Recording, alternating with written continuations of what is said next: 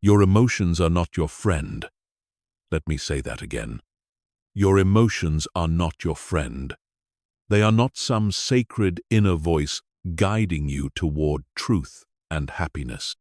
They are biological reactions designed for a world that no longer exists. A world where immediate emotional responses meant the difference between life and death. But in today's world, your emotional reactions are sabotaging your success, destroying your relationships, and keeping you trapped in cycles of regret and failure. Every single day, you make decisions based on how you feel in the moment. You get triggered by a comment and fire back with something you'll regret. You feel overwhelmed and quit on your goals. You get anxious about a presentation and avoid the opportunity that could change your career. You let anger control your words and destroy relationships that took years to build. You are being controlled by chemical reactions in your brain, and you don't even realize it. But here's what the top 1% of high achievers know that you don't. They have learned the most powerful skill in human existence, the ability to not react, the ability to feel the emotion, acknowledge it, and then choose their response based on logic, strategy, and long-term thinking, instead of the primitive impulses screaming in their heads. This is not about becoming emotionless. This is not about suppressing your feelings or pretending they don't exist. This is about taking back control of your life by mastering the space between stimulus and response, the space where your power lives, the space where your future is determined. By the time you finish this audiobook, you will never be the same person who started listening. You will have the tools, the knowledge, and the mental frameworks to control your emotions instead of being controlled by them. You will learn how to stay calm under pressure, make better decisions when stakes are high, and build the kind of unshakable inner strength that separates winners from everyone else. Chapter 1. The Hidden Cost of Emotional Reactivity.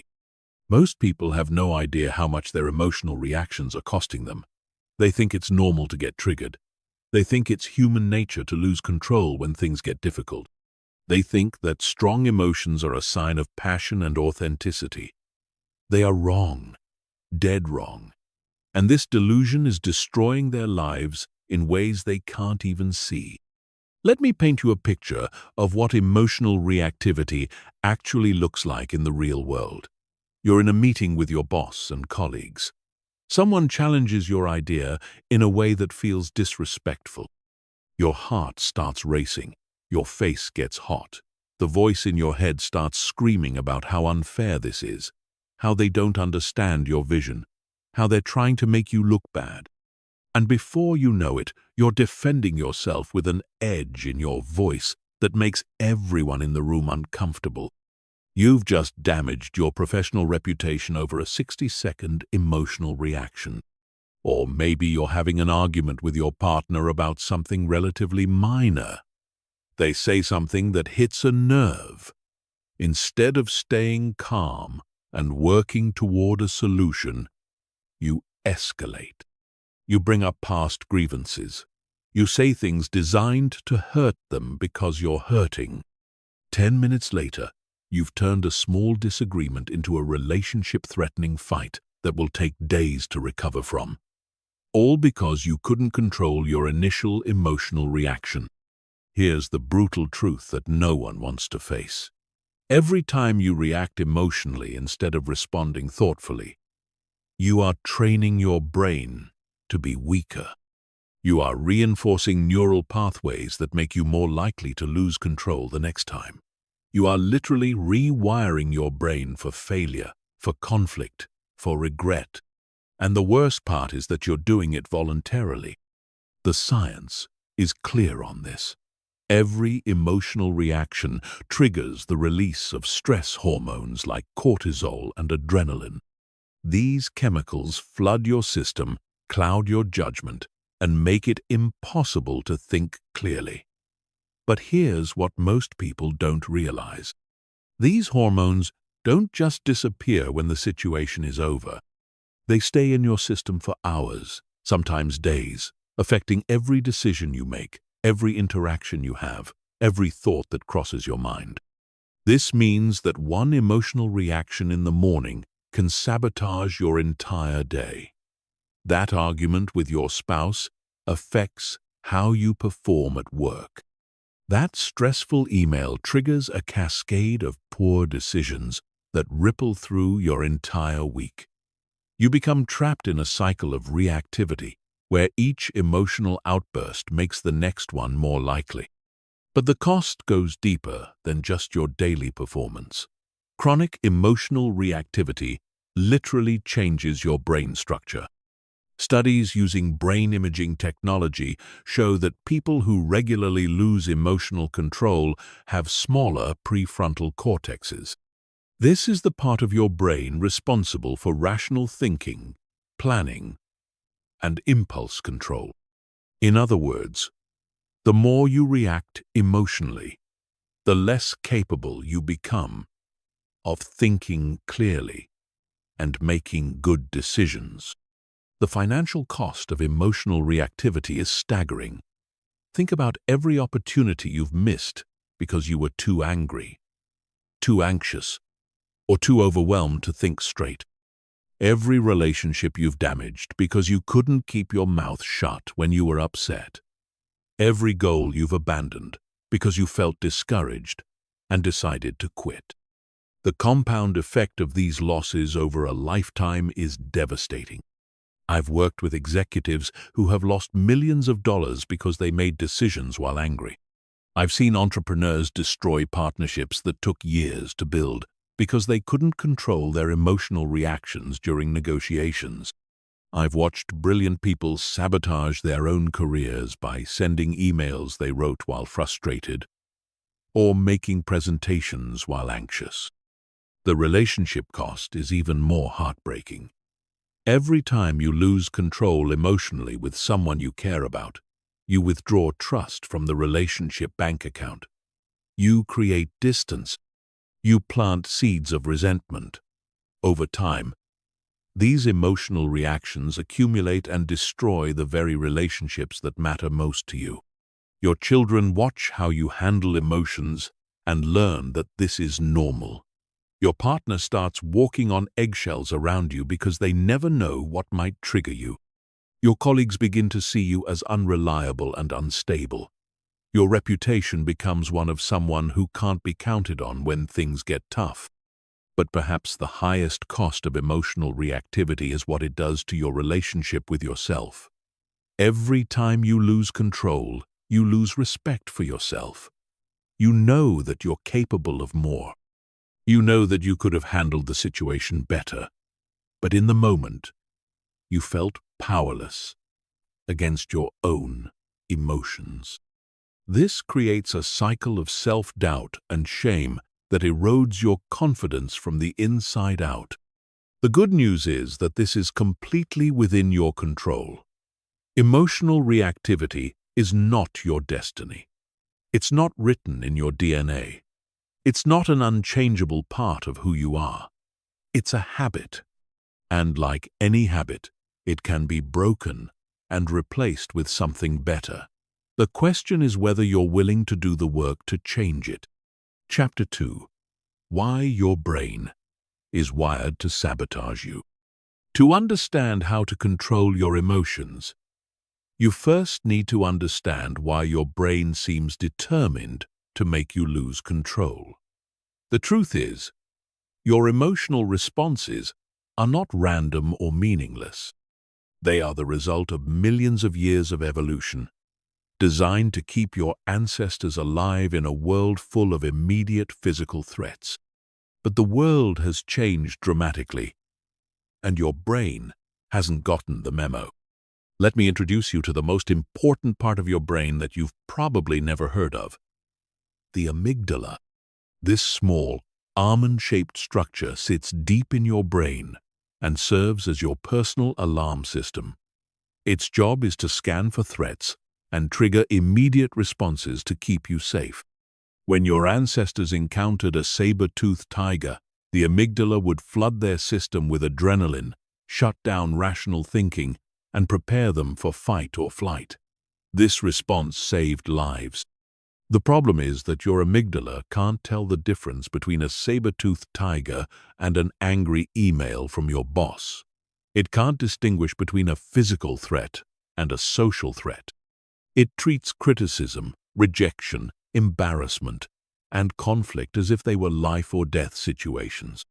So when your colleague questions your idea in a meeting, your amygdala sounds the alarm just as if you were being attacked by a predator. This is called an amygdala hijack, and it happens to you more often than you realize. The moment your brain perceives a threat, rational thinking goes offline. Blood flow is redirected away from your prefrontal cortex, the part of your brain responsible for logic, planning, and impulse control, and toward your limbic system, which controls emotional responses. You literally become less intelligent when you're emotionally activated. Here's what makes this even worse. Your amygdala learns from experience, but it's terrible at learning the right lessons.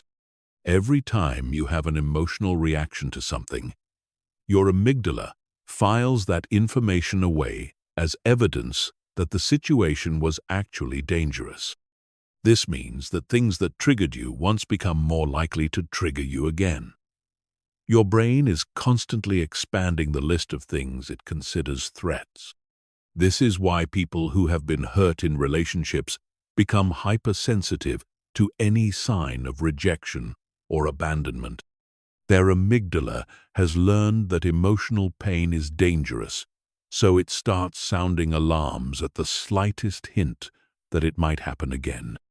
This is why people who have been criticized at work become defensive about any feedback, even when it's constructive and well-intentioned. Your amygdala also has a negativity bias.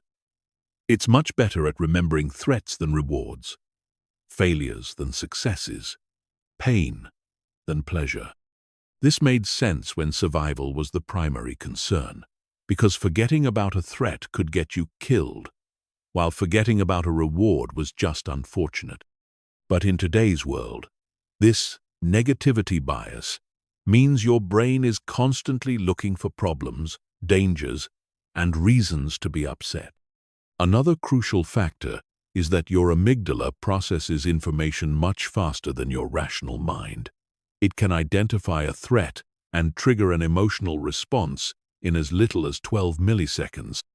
Your prefrontal cortex, the rational part of your brain, takes at least 500 milliseconds to process the same information.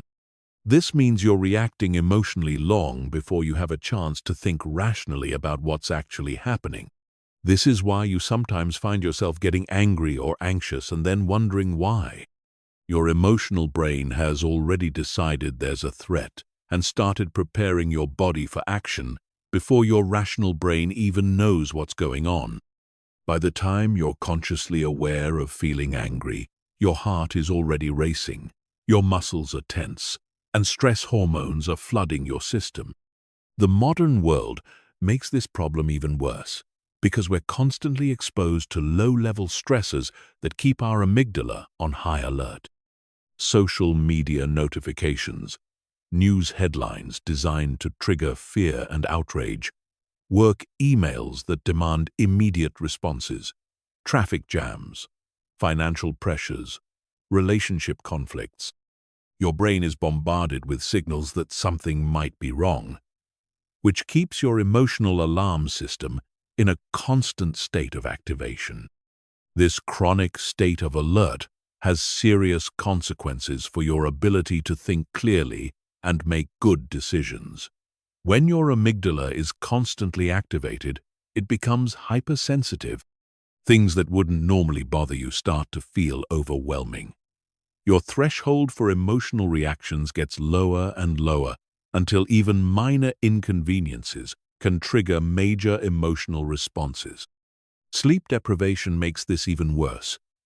When you don't get enough quality sleep, your amygdala becomes 40% more reactive, to negative stimuli. This means you're literally more likely to lose emotional control when you're tired. Stress, poor nutrition, lack of exercise, and dehydration all have similar effects on your brain's ability to regulate emotions. But here's the part that will change everything for you. Understanding that your emotional reactions are automatic doesn't mean you're powerless against them. It means you can learn to work with your brain instead of against it. You can train your prefrontal cortex to override your amygdala. You can build new neural pathways that support emotional control instead of emotional reactivity. The key is recognizing that there is always a gap between the trigger and your response. It might be microseconds, but it exists. And in that gap lies your power. That's where you can choose to respond instead of react. That's where you can take back control of your life. Chapter 3. The 4 levels of emotional mastery. Not all emotional control is created equal. Most people think that managing emotions is a simple on-off switch. Either you're in control or you're not. Either you're calm or you're reactive. This black and white thinking is exactly why most people never develop real emotional mastery. True emotional control exists on 4 distinct levels, and understanding these levels is crucial for developing the kind of unshakable inner strength that separates champions from everyone else. Level 1 is unconscious reactivity. This is where most people spend their entire lives. At this level, you are completely at the mercy of your emotions. You feel something, and you immediately act on it without any conscious choice in the matter. Someone says something that bothers you, and you fire back instantly. You feel anxious about a situation, and you avoid it without thinking. You get excited about an opportunity, and you make impulsive decisions that you later regret. People at level 1 don't even realize they have a choice in how they respond to their emotions. They believe that their feelings are facts, that their emotional reactions are justified, and that other people are responsible for how they feel. They say things like, "You made me angry," or "I can't help the way I feel," or "I was just being honest about my emotions." They have zero awareness of the gap between stimulus and response. The problem with level 1 is that it makes you completely unpredictable and unreliable.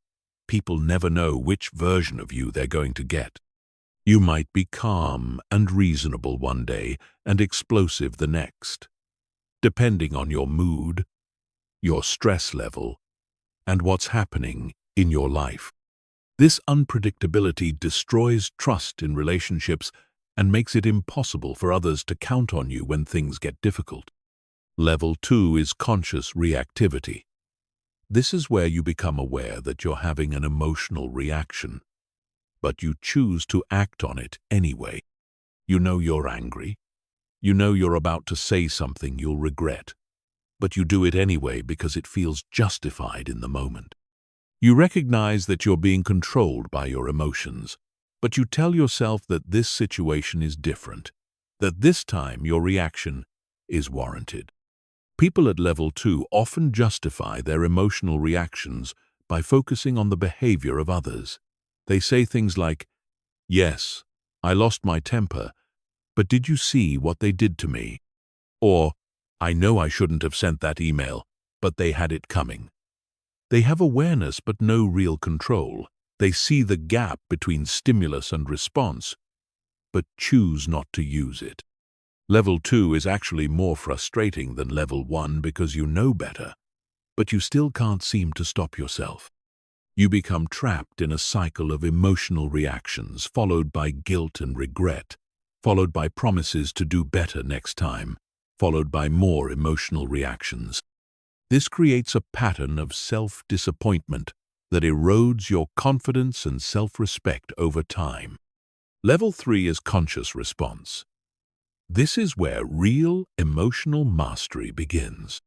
At this level, you feel the emotion, You recognize it for what it is, and you consciously choose how to respond based on your values and your long-term goals rather than your immediate feelings. You might feel angry, but you choose to speak calmly. You might feel anxious, but you choose to take action anyway. You might feel disappointed, but you choose to focus on solutions rather than dwelling on problems. People at level 3 understand that emotions are information, not instructions. They recognize that feeling angry doesn't mean they have to act angry. They know that feeling anxious doesn't mean they're in actual danger. They have learned to create space between what they feel and how they respond, and they use that space to make choices that align with who they want to be, rather than how they happen to feel in the moment. This level requires significant practice and self-awareness. You have to become skilled at recognizing your emotional states as they arise, understanding what triggers them, and having a repertoire of alternative responses ready to deploy. You have to train yourself to pause, breathe, and think before you act. This doesn't happen overnight, but it is absolutely achievable with consistent effort. Level 4 is emotional alchemy. This is the highest level of emotional mastery, where you not only control your response to emotions, but actually transform the emotions themselves. Instead of just managing anger, you transform it into motivation. Instead of just coping with fear, you transform it into excitement. Instead of just dealing with disappointment, you transform it into curiosity about what you can learn from the experience. People at level 4 have developed such a deep understanding of their emotional patterns that they can often prevent negative emotions from arising in the first place. They have restructured their thinking patterns, their beliefs, and their mental models in ways that naturally generate more positive emotional states. When negative emotions do arise, they have the skills to quickly transform them into something more useful. This level is not about positive thinking or pretending that negative emotions don't exist. It's about developing such mastery over your internal state that you can consciously choose what to feel in any given situation. You become the director of your own emotional experience rather than just an actor reading from a script you didn't write. The journey from level 1 to level 4 doesn't happen in a straight line. You might be at level 3 in some areas of your life and level 1 in others. You might handle work stress like a champion, but completely lose control when dealing with family drama. The goal is not perfection, but progress. Each level represents a significant upgrade in your ability to create the life you want, rather than just reacting to the life that happens to you. Most people never make it past level 2 because they don't understand that emotional mastery is a skill that can be developed. They think that some people are just naturally good at controlling their emotions while others aren't. This is completely false. Emotional control is like physical fitness. Some people might have better genetics, but anyone can get stronger with consistent training. The question you need to ask yourself is this: what level are you operating at right now? And more importantly, what level do you want to be operating at? Because once you make the decision to upgrade your emotional operating system, everything in your life will begin to change. Chapter 4: The Stop Method for Immediate Emotional Control. When you're in the middle of an emotional reaction, when your heart is racing and your mind is spinning, and every instinct in your body is telling you to lash out or run away or do something you'll regret, you need a system. You need a method that you can deploy immediately, in real time, to regain control before you do permanent damage to your relationships, your reputation, or your goals. Most advice about emotional control is useless in these moments because it requires you to think clearly when thinking clearly is exactly what you can't do. When you're emotionally hijacked, Your prefrontal cortex is offline. You can't access complex strategies or remember detailed frameworks. You need something simple, something automatic, something that works even when your rational mind has temporarily left the building. This is where the STOP method comes in. 4 letters that represent 4 actions you can take in sequence to interrupt an emotional reaction and regain control of yourself before you make decisions you'll regret. This method is based on decades of neuroscience research and has been tested in the most high-pressure situations imaginable, from emergency rooms to battlefields to boardrooms. S stands for STOP. The moment you notice that you're having an emotional reaction, you must physically stop whatever you're doing. If you're typing an angry email, take your hands off the keyboard. If you're in the middle of an argument, close your mouth. If you're about to make an impulsive decision, step away from the situation. This physical stopping action sends a signal to your brain that you're taking control. The key to making this work is developing the ability to recognize the early warning signs of emotional activation. Your body always gives you clues before your emotions completely take over. Your heart starts beating faster. Your muscles tense up. Your breathing becomes shallow. You feel heat rising in your face or a knot forming in your stomach. These physical sensations are your cue to stop everything and implement the method. Most people miss these early warning signs because they're not paying attention to their bodies.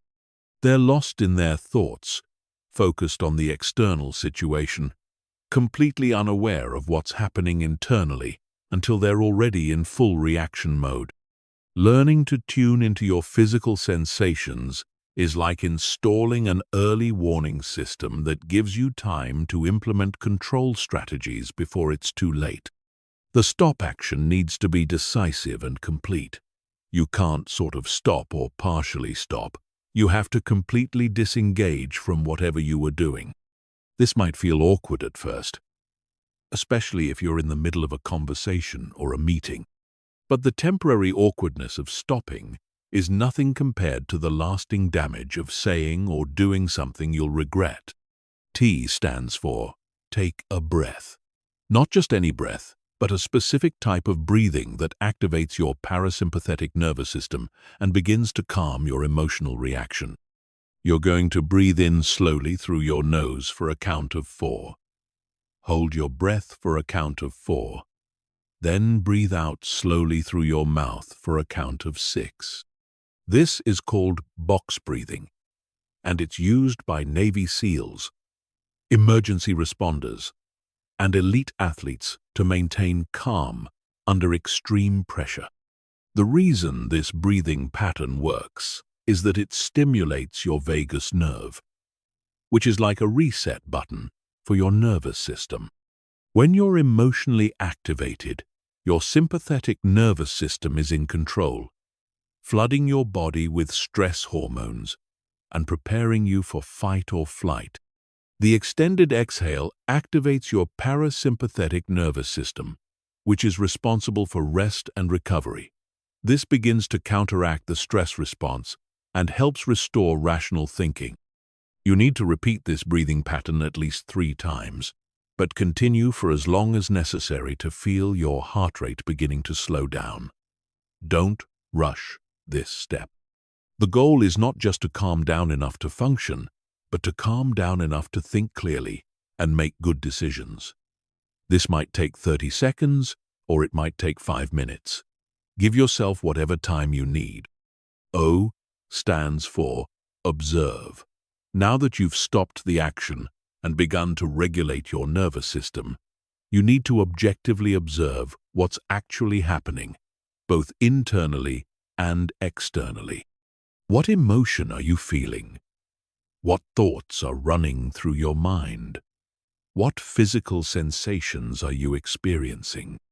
What is actually happening in the external situation, as opposed to what you're interpreting or assuming is happening? This observation step is crucial because emotional reactions are often based on interpretations rather than facts. Someone doesn't return your text message, and you interpret that as rejection or disrespect, when they might just be busy. A colleague challenges your idea, and you interpret that as a personal attack, when they might just be trying to make the project better. Your partner seems distant, and you interpret that as evidence they don't love you anymore, when they might just be stressed about work. During the observe step, you want to separate facts from interpretations. What did the person actually say or do? What evidence do you have for the story you're telling yourself about their motivations or intentions? What other explanations might exist for their behavior? This process of objective observation helps you see the situation more clearly and often reveals that your emotional reaction was based on assumptions rather than reality. You also want to observe your own internal state with curiosity rather than judgment. Don't beat yourself up for having an emotional reaction. Don't tell yourself you shouldn't feel the way you feel. Just notice what's happening with the same objective interest you might have in watching a nature documentary. This emotional is arising. This thought pattern is active. This physical sensation is present. Information, not evaluation. P stands for proceed. Now that you've stopped the reactive behavior, regulated your nervous system, and objectively observed the situation, you can proceed with a conscious response rather than an unconscious reaction. But this doesn't mean jumping right back into action. The proceed step involves making a conscious choice about how you want to respond based on your values, your goals, and your long-term interests, rather than your immediate emotional impulses. Ask yourself what response would be most aligned with the person you want to be and the outcome you want to create. If your goal is to maintain a good relationship with this person, what response would serve that goal? If your goal is to solve a problem, what response would be most effective? If your goal is to maintain your reputation and integrity, what response would support that goal? Sometimes the best choice in the proceed step is to not respond at all, at least not immediately. You might decide that you need more information before you can respond effectively. You might realize that you're still too emotionally activated to respond in a way that aligns with your values. You might determine that the situation doesn't actually require a response from you at all. Other times, the proceed step might involve having a conversation, but approaching it differently than you would have if you had reacted immediately. Instead of defending yourself, you might ask questions to better understand the other person's perspective.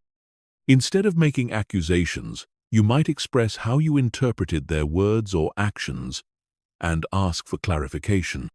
The stop method becomes more powerful the more you practice it. At first, you might only remember to use it after you've already reacted emotionally. That's normal and still valuable because it helps you develop awareness of your patterns.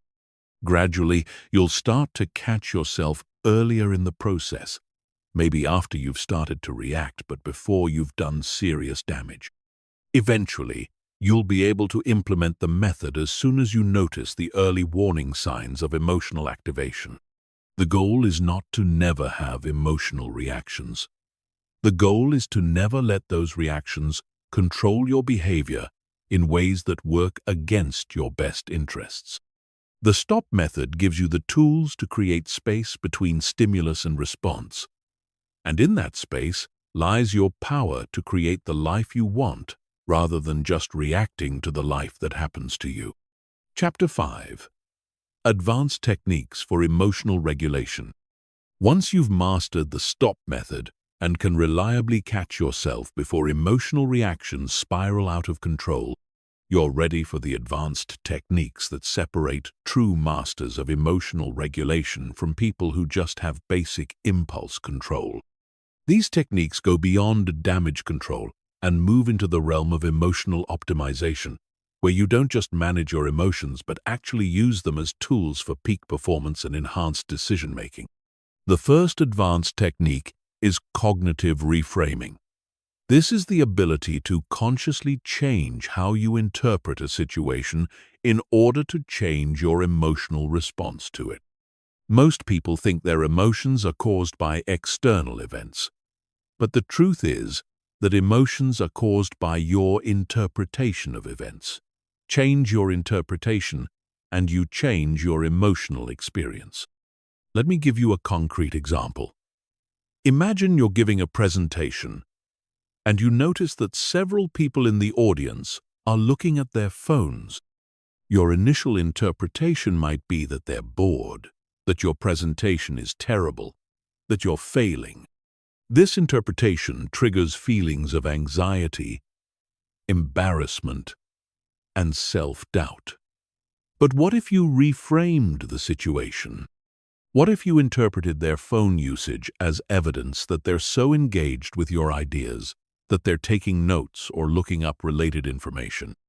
Suddenly, the same external situation triggers completely different emotions. The key to effective cognitive reframing is developing multiple plausible interpretations for any given situation. When something happens that triggers a negative emotional response, force yourself to come up with at least 3 alternative explanations for what's happening. One interpretation that's more positive than your initial reaction, one that's more negative, and one that's completely neutral. This exercise isn't about lying to yourself or engaging in positive thinking. It's about recognizing that your initial interpretation of events is often not the only possible interpretation, and it's usually not the most accurate one. Your brain has a tendency to jump to conclusions based on incomplete information, past experiences, and cognitive biases. Reframing forces you to consider other possibilities and choose the interpretation that's most useful for your goals and well-being. The second advanced technique is emotional labeling. This involves becoming extremely precise about identifying and naming your emotional states. Most people have a very limited emotional vocabulary.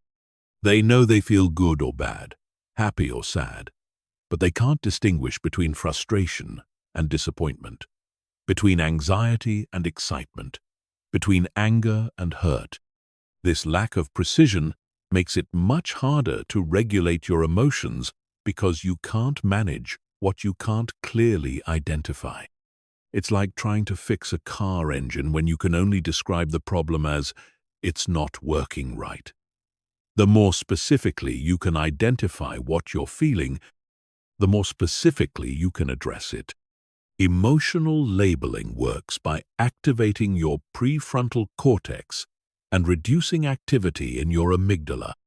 When you put a precise name to an emotion, you literally change your brain state in ways that make the emotion less overwhelming and more manageable. Research shows that people who regularly practice emotional labeling have better emotional regulation, lower stress levels, and improved decision-making abilities. To develop this skill, start by expanding your emotional vocabulary. Instead of just feeling bad, get specific. Are you feeling disappointed, frustrated, overwhelmed, anxious, angry, hurt, or something else entirely? Instead of feeling good, are you feeling satisfied, excited, proud, grateful, content, or energized? The more precise you can be, the more control you'll have over your internal state. The third advanced technique is somatic regulation. This involves using your body to regulate your emotions rather than trying to control your emotions with your mind alone.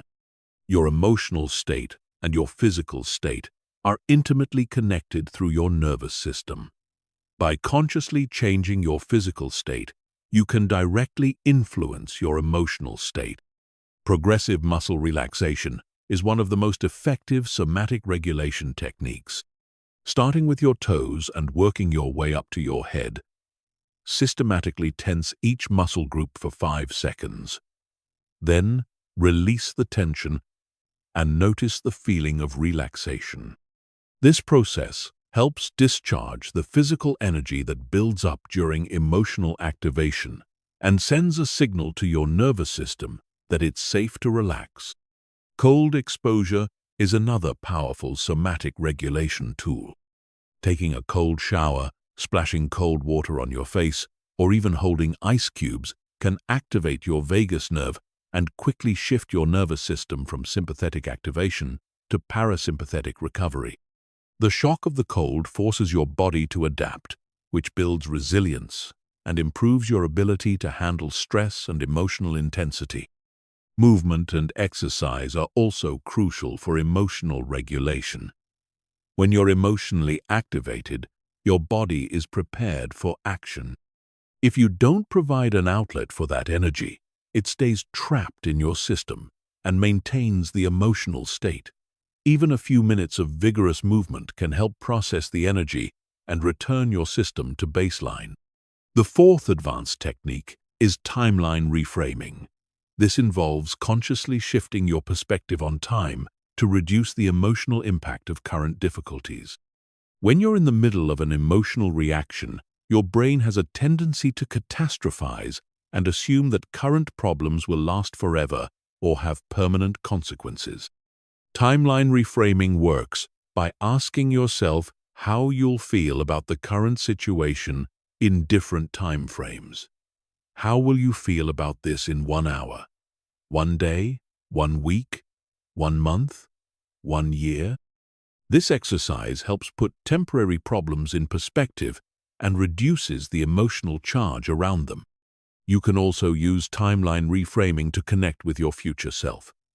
Imagine yourself 5 years from now, having successfully navigated this situation and many others like it. What advice would that future version of yourself give you about how to handle the current challenge? This perspective often reveals that the situation is less serious than it initially appeared and suggests more effective responses than emotional reactivity. The fifth advanced technique is energy management. This recognizes that your capacity for emotional regulation is not unlimited. You have a finite amount of mental energy each day, and emotional regulation requires a significant portion of that energy. If you're constantly having to regulate intense emotions, you'll eventually experience decision fatigue and lose the ability to maintain control. Energy management involves being strategic about when and where you expend your emotional regulation resources. This might mean avoiding certain people or situations when you're already stressed or tired. It might mean scheduling difficult conversations for times when you're most mentally fresh. It might mean building recovery time into your day to restore your emotional regulation capacity. Sleep, nutrition, exercise, and stress management all play crucial roles in maintaining your emotional regulation energy. When you're sleep-deprived, hungry, sedentary, or chronically stressed, your capacity for emotional control is dramatically reduced. Taking care of your physical health is not separate from emotional mastery. It's an essential component of it. These advanced techniques require practice and patience to master. Don't try to implement all of them at once. Choose one or two that resonate most with you, and focus on developing competency with those before adding others to your toolkit. Remember, the goal is not to never feel difficult emotions, but to respond to those emotions in ways that align with your values and support your long-term goals. With consistent practice, these techniques will become automatic responses that serve you in any situation life presents. Chapter 6. Building Emotional Resilience for Long-Term Success. Controlling your emotions in the moment is crucial, but it's only half of the equation. The other half is building the kind of deep, unshakable emotional resilience that makes you anti-fragile. Not just strong enough to survive emotional challenges, but actually stronger because of them. This is what separates people who occasionally manage their emotions from people who have transformed their entire relationship with difficulty, stress, and adversity. Most people approach emotional resilience completely backwards. They wait until they're in crisis to try to develop coping skills. They wait until they're overwhelmed to try to build stress management techniques. They wait until they're burned out to try to create better boundaries. This is like waiting until you're drowning to learn how to swim. By the time you need the skills, it's too late to develop them effectively. True emotional resilience is built during calm periods, not during storms. It's developed through consistent daily practices that strengthen your emotional immune system so that when challenges arise, you're already prepared to handle them with grace and effectiveness. Just like physical fitness, emotional fitness requires regular training, not just crisis intervention. The foundation of emotional resilience is what I call baseline optimization. This is the daily maintenance of your mental, emotional, and physical state that keeps you operating at peak capacity. When your baseline is strong, you can handle much more stress and challenge before reaching your breaking point. When your baseline is weak, even minor difficulties can overwhelm your system. Sleep is the non-negotiable foundation of baseline optimization. When you're sleep-deprived, your amygdala becomes hyperactive, while your prefrontal cortex becomes sluggish. This means you're more likely to have emotional reactions and less able to control them. The research is absolutely clear on this. People who sleep less than 7 hours per night have dramatically reduced emotional regulation capacity. But it's not just about quantity of sleep, it's about quality. Your bedroom needs to be completely dark, cool, and quiet. No screens for at least an hour before bed. No caffeine after 2 p.m. A consistent sleep schedule that doesn't vary by more than 30 minutes, even on weekends. These aren't suggestions, they're requirements if you want to maintain emotional control under pressure. Nutrition plays a massive role in emotional stability that most people completely ignore. Your brain runs on glucose, and when your blood sugar is unstable, so are your emotions. Skipping meals, eating processed foods, consuming too much caffeine, and drinking alcohol all create biochemical conditions that make emotional regulation much more difficult. The solution is not complex, but it requires discipline. Eat protein with every meal to stabilize blood sugar.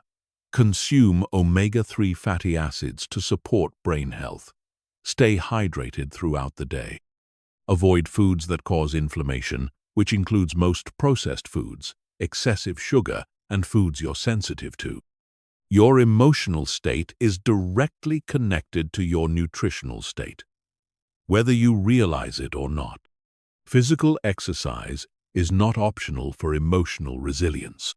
When you exercise regularly, you increase production of brain-derived neurotrophic factor, which literally grows new brain cells and strengthens neural connections. You also increase production of neurotransmitters like serotonin and dopamine, which regulate mood and motivation. Perhaps most importantly, exercise provides a controlled stress that builds your capacity to handle uncontrolled stress. But the type of exercise matters. You need both cardiovascular exercise to build stress tolerance and strength training, to build physical confidence and mental toughness. You also need some form of movement that challenges your coordination and focus, like martial arts, dance, or sports. This builds the mind-body connection that's essential for emotional regulation. The second pillar of emotional resilience is cognitive flexibility. This is your ability to see situations from multiple perspectives, generate creative solutions to problems, and adapt your thinking when circumstances change. People with low cognitive flexibility get stuck in rigid thought patterns that amplify emotional reactions. People with high cognitive flexibility can find opportunity in adversity and maintain emotional equilibrium, even when things don't go according to plan. One of the most powerful ways to build cognitive flexibility is through regular exposure to different perspectives and ideas. Read books by authors who disagree with your worldview. Engage in conversations with people who have different backgrounds and beliefs. Travel to places that challenge your assumptions about how life works. The goal is not to abandon your values, but to expand your mental models and increase your ability to see situations from multiple angles. Another crucial component of cognitive flexibility is developing comfort with uncertainty and ambiguity.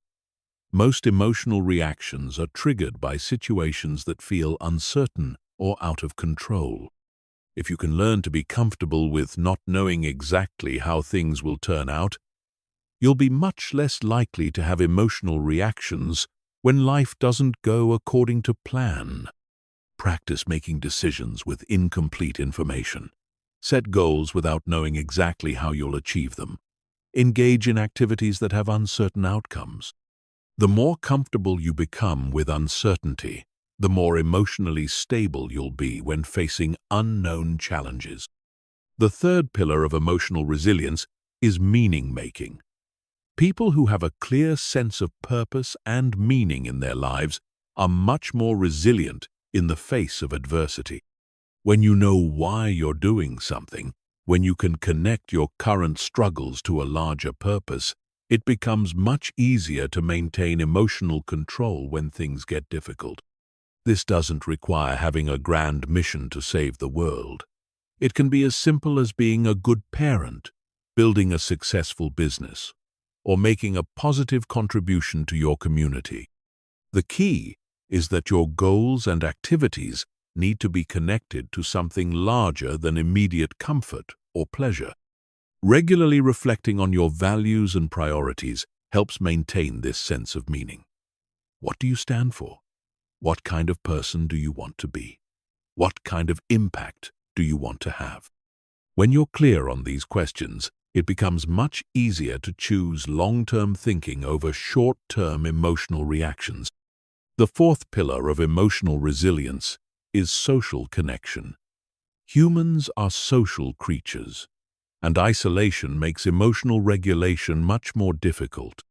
Having strong, supportive relationships provides both emotional resources during difficult times and accountability that helps you maintain high standards for your behavior. But not all relationships contribute to emotional resilience.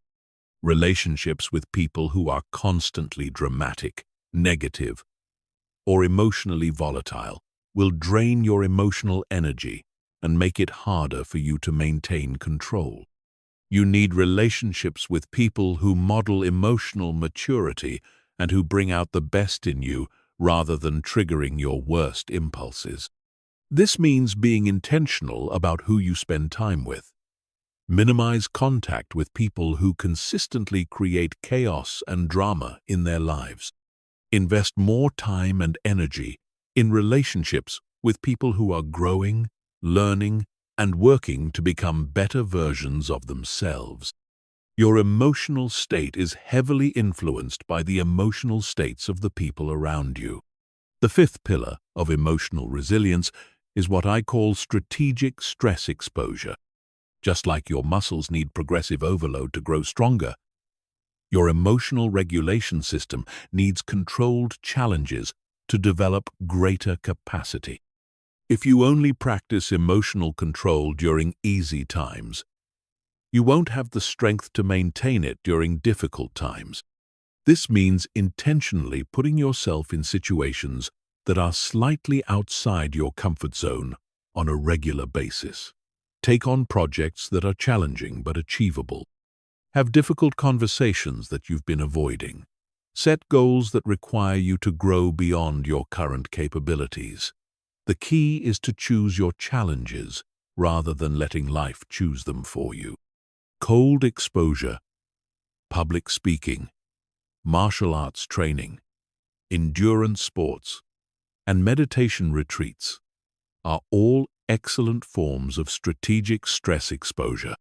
They put you in controlled situations where you have to manage discomfort, uncertainty, and challenge while maintaining composure and focus. The final pillar of emotional resilience is recovery and restoration. Your emotional regulation system, like any high-performance system, needs regular maintenance and recovery. If you're constantly pushing without taking time to restore your energy, you'll eventually burn out and lose the ability to maintain emotional control. This means building regular recovery practices into your daily and weekly routine. Daily meditation or mindfulness practice. Weekly time in nature without technology. Monthly periods of complete disconnection from work and social media.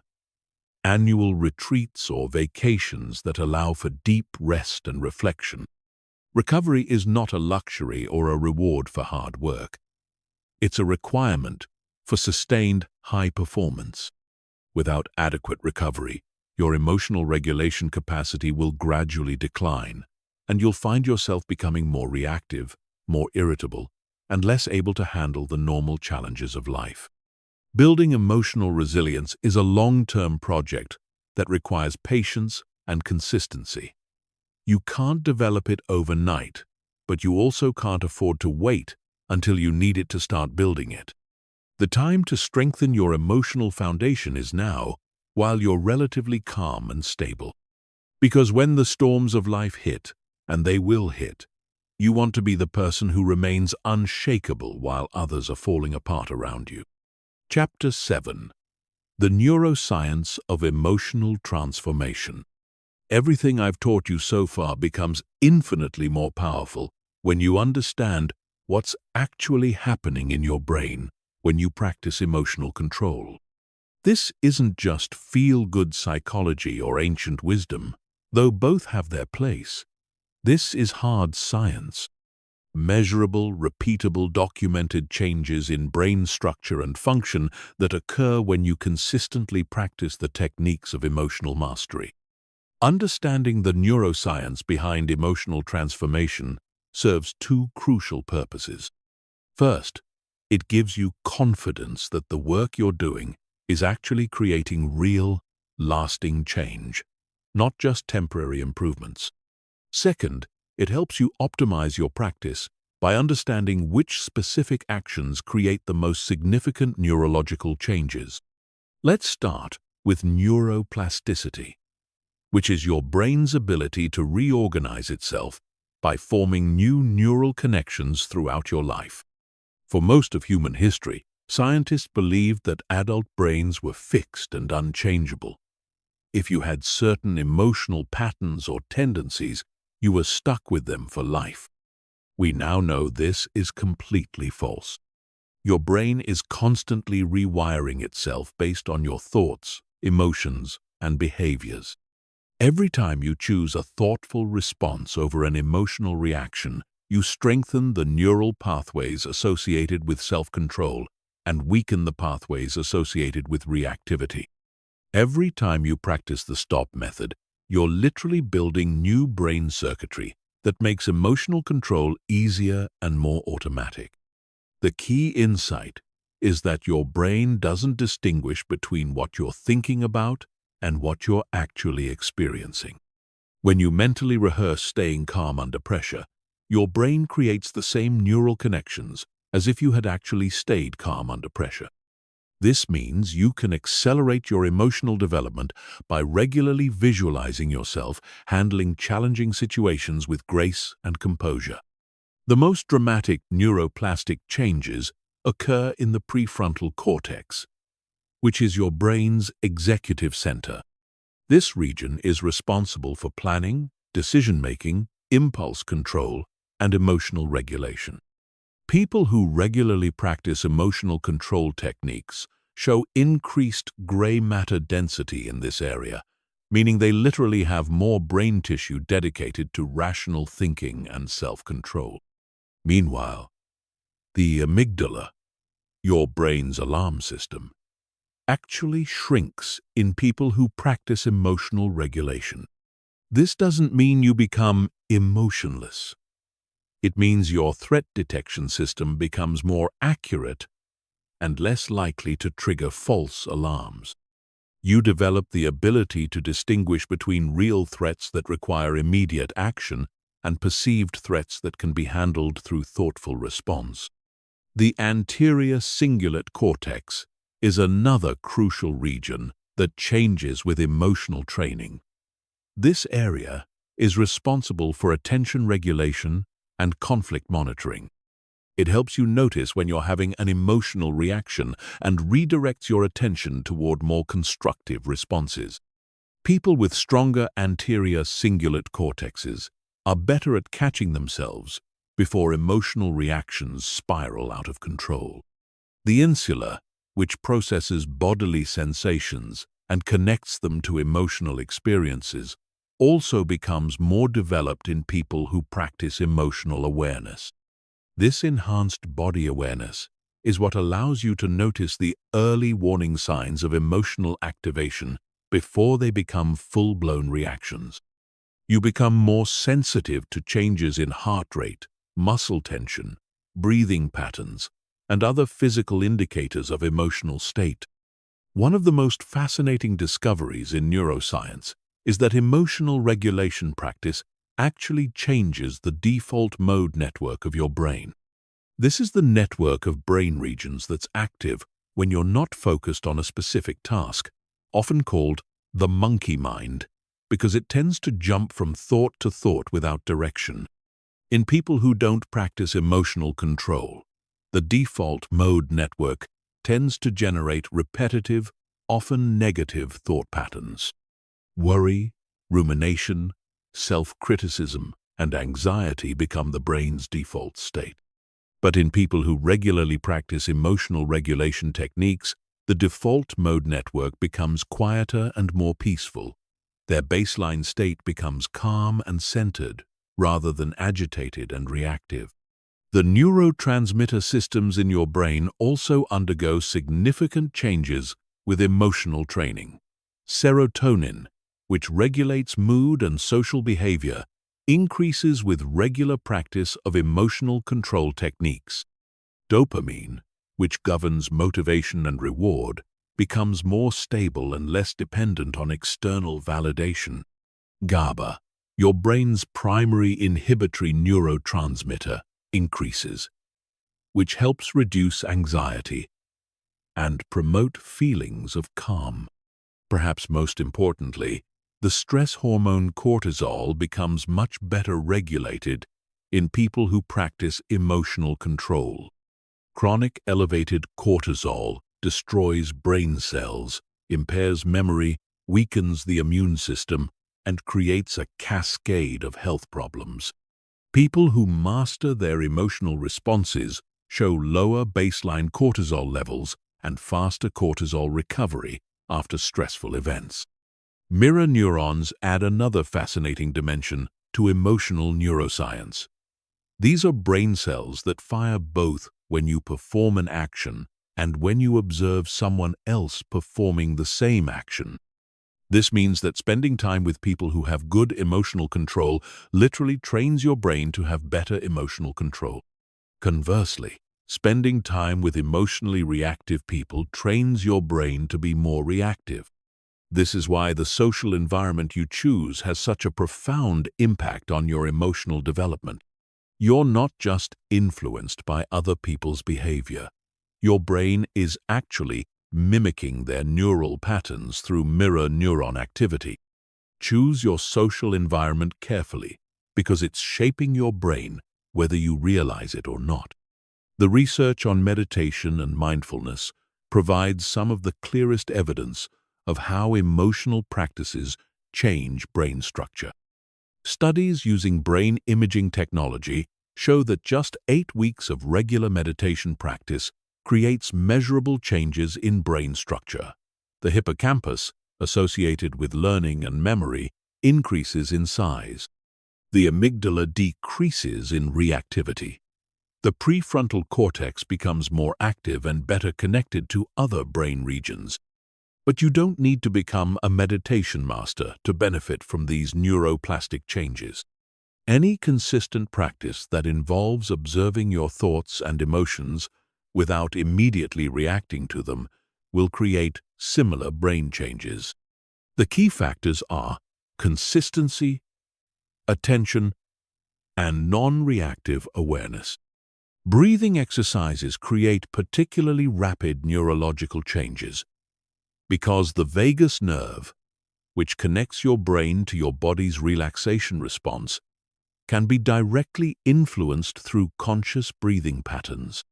The box breathing technique I taught you earlier literally activates your parasympathetic nervous system within seconds, creating immediate neurological changes that promote calm and clear thinking.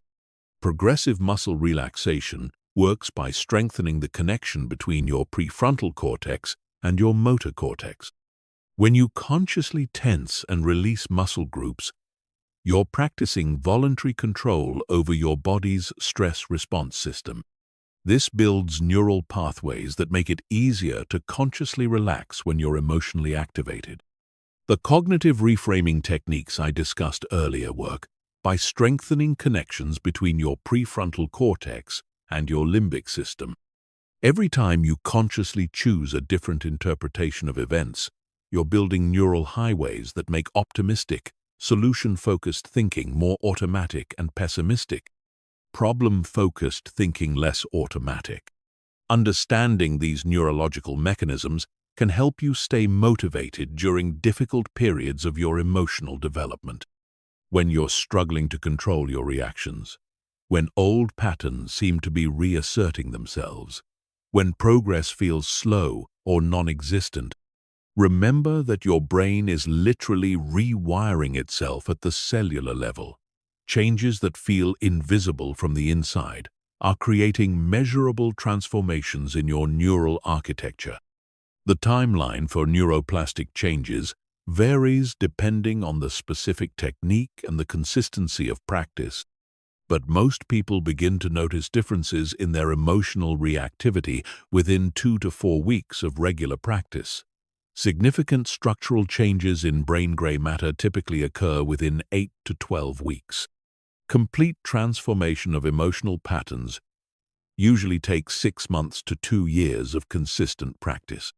This is both encouraging and sobering.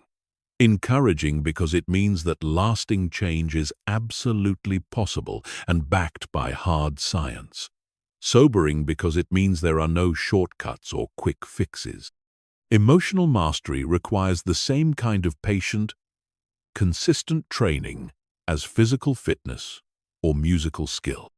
But here's what makes it all worthwhile. Once these neural changes become established, they tend to be permanent. Unlike temporary behavior modifications that require constant effort to maintain, neuroplastic changes create new baseline patterns that become your brain's default mode of operation. The person who struggles to control their emotions becomes the person who naturally responds with wisdom and composure. The neuroscience of emotional transformation proves that you are not stuck with the emotional patterns you developed in childhood or the reactive tendencies that have characterized your adult life. Your brain is plastic, adaptable, and constantly changing based on how you use it. Every moment of emotional control practice is an investment in the literal rewiring of your neural circuitry for greater peace, effectiveness, and life satisfaction. Chapter 8. Mastering Emotional Control in High-Pressure Situations. Everything you've learned so far gets tested when the stakes are high and the pressure is intense. It's one thing to practice emotional control during your morning meditation or when you're having a minor disagreement with a coworker. It's entirely different when you're facing a crisis that could destroy your career, end your relationship, or threaten everything you've worked to build. High-pressure situations reveal who you really are beneath the surface, politeness and social conditioning. They strip away pretense and expose your true level of emotional mastery. Most people perform worse under pressure because they let the intensity of the situation overwhelm their rational thinking.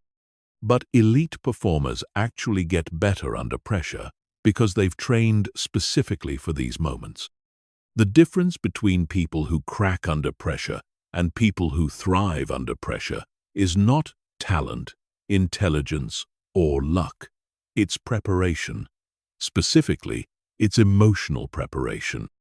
When you've trained your nervous system to remain calm and your mind to think clearly during intense situations, pressure becomes an advantage rather than a liability. The first key to pressure performance is understanding that pressure is not external, it's internal. The situation itself is neutral. It only becomes pressurized when your mind interprets it as threatening or overwhelming. Two people can face identical circumstances and have completely different stress responses based on how they frame the situation in their minds. This means that controlling pressure starts with controlling your narrative about the situation. Instead of telling yourself, "This is terrible, everything is falling apart, I can't handle this," you need to reframe the situation in terms that support peak performance. This is challenging, but I have the skills to handle it. This is an opportunity to prove what I'm capable of. This is exactly the kind of situation I've been training for. Elite athletes, emergency responders, and special forces operators all use this kind of reframing to maintain peak performance under extreme pressure. They don't pretend that dangerous or difficult situations aren't actually dangerous or difficult. They acknowledge the reality of the situation while choosing interpretations that enhance rather than diminish their performance. The second key to pressure performance is physiological preparation. Your body's stress response system needs to be trained to handle intense activation without becoming overwhelmed. This is where the concept of stress inoculation becomes crucial. Just like vaccines expose your immune system to small amounts of a pathogen to build resistance, stress inoculation exposes your nervous system to controlled amounts of stress to build resilience. Cold exposure is one of the most effective forms of stress inoculation. When you deliberately expose yourself to cold water or cold air, you activate the same stress response systems that are triggered during high-pressure situations. But because you're choosing the exposure voluntarily, you can practice maintaining calm and clear thinking while your body is in a state of physiological stress. The key is not just to endure the cold, but to practice specific emotional control techniques while exposed to it. Breathe slowly and deeply. Relax your muscles. Maintain positive self-talk. Keep your mind focused on the present moment rather than anticipating how much longer the exposure will last. These are exactly the same skills you need during high-pressure situations. High-intensity exercise serves a similar function. When you push yourself to your physical limits during workouts, you're training your ability to maintain mental discipline while your body is under extreme stress. The discomfort you feel during intense exercise is similar to the discomfort you feel during high-pressure situations. Learning to stay mentally tough during physical challenges translates directly to staying mentally tough during emotional challenges. The third key to pressure performance is attention management. Under pressure, your mind tends to scatter in multiple directions simultaneously. You start thinking about all the things that could go wrong, all the people who are watching, all the consequences of failure. This divided attention makes it impossible to perform at your best because peak performance requires complete focus on the task at hand. The solution is to develop what I call laser focus. This is the ability to concentrate all of your mental energy on the specific actions you need to take right now, in this moment, to handle the situation effectively. Everything else becomes irrelevant background noise that you acknowledge but don't engage with. Developing laser focus requires practice during low-pressure situations. Set a timer for 10 minutes and choose a single task to focus on completely. Every time your mind wanders to something else, gently bring your attention back to the task. Start with simple tasks like reading a book or doing basic math problems, then gradually increase the complexity and add distractions. During high-pressure situations, use the same technique. Identify the most important action you need to take right now and focus completely on that action.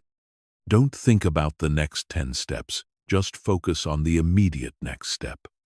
Don't think about all the people who are depending on you. Just focus on the specific task in front of you. The fourth key to pressure performance is emotional granularity. Most people experience pressure as a generic feeling of stress or anxiety. But stress and anxiety are umbrella terms that cover many different specific emotions. The more precisely you can identify what you're actually feeling, the more effectively you can address it. Are you feeling anxious about the outcome? Or are you feeling excited about the challenge? Are you feeling overwhelmed by the complexity of the situation? Or are you feeling focused by the clarity of what needs to be done? Are you feeling afraid of failure? Or are you feeling motivated to succeed? The physiological sensations might be similar, but the meanings and the appropriate responses are very different. Practice emotional labeling during calm periods so that you can access this skill during intense periods. Keep an emotion journal where you identify specific emotions you experience throughout the day. Learn the difference between frustration and disappointment, between anxiety and excitement, between anger and hurt. The more nuanced your emotional vocabulary becomes, the more precisely you can regulate your emotional state. The fifth key to pressure performance is process focus versus outcome focus. Under pressure, most people become obsessed with results. They think constantly about whether they're going to succeed or fail, what other people will think, what the consequences will be. This outcome focus creates additional pressure and divides attention away from the actions that actually determine the outcome. Elite performers focus on process rather than outcomes. They concentrate on executing the specific skills and strategies they've trained, trusting that good processes will lead to good outcomes. A surgeon focuses on making precise incisions, not on whether the patient will survive. A pilot focuses on following proper procedures, not on whether the plane will crash. A negotiator focuses on asking good questions and listening carefully, not on whether they'll get the deal.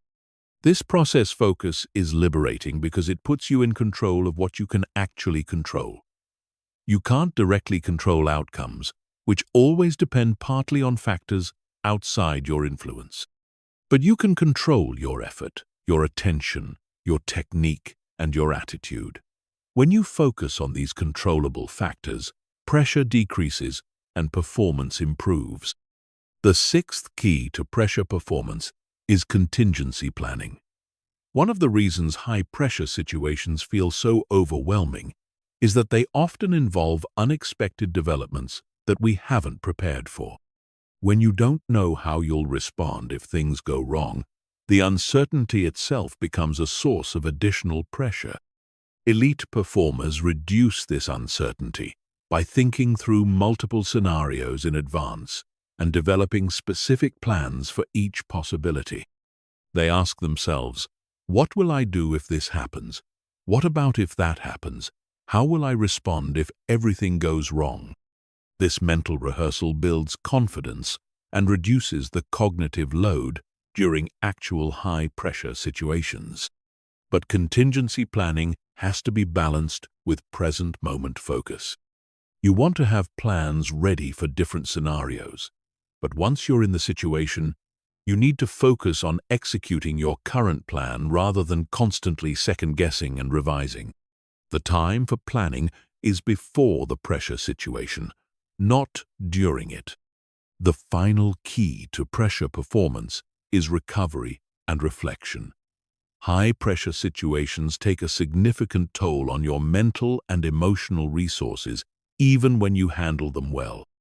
If you don't deliberately recover and process the experience, you'll gradually become more vulnerable to pressure rather than more resilient. After any high-pressure situation, take time to deliberately decompress. Use breathing exercises, physical movement, or relaxation techniques to help your nervous system return to baseline.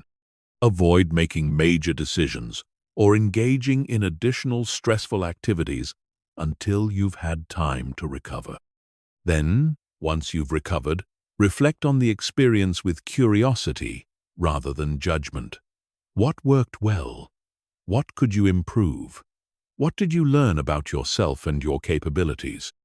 How can you apply these lessons to future high-pressure situations?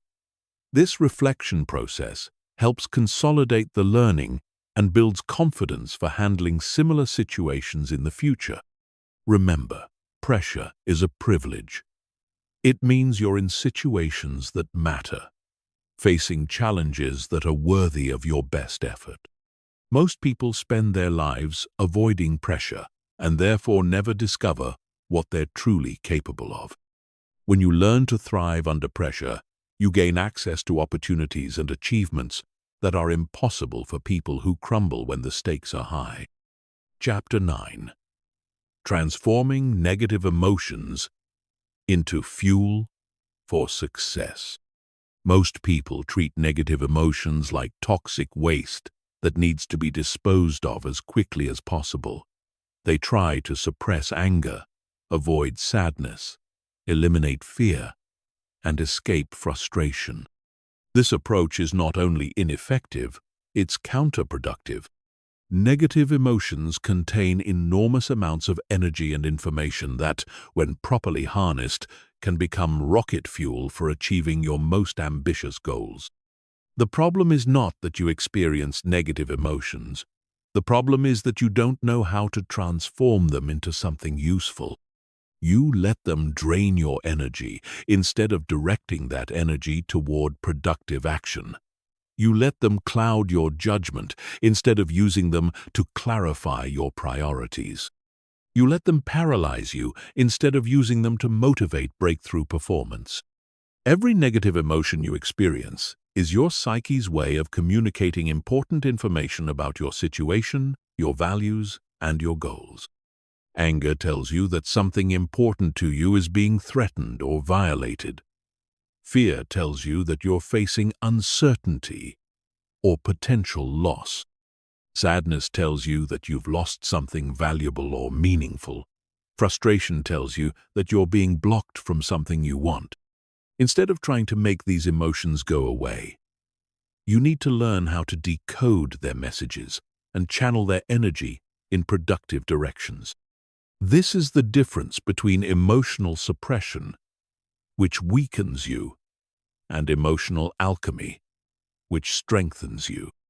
Let's start with anger, which is perhaps the most misunderstood and mismanaged emotion. Most people either explode with anger, destroying relationships and creating regret, or they suppress anger, letting it build up until it explodes anyway, or turns into resentment and bitterness. Both approaches waste the enormous energy that anger contains.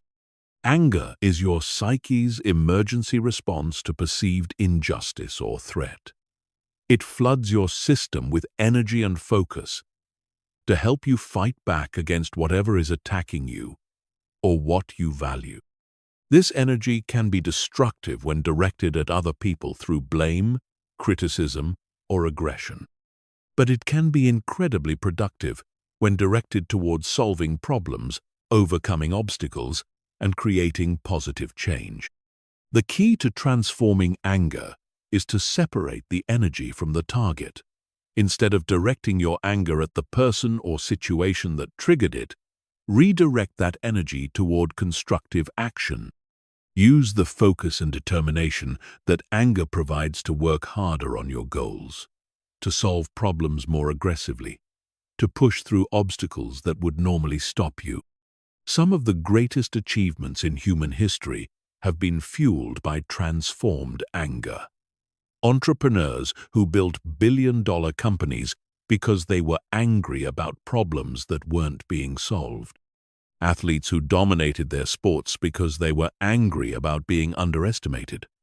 Activists who changed the world because they were angry about injustice.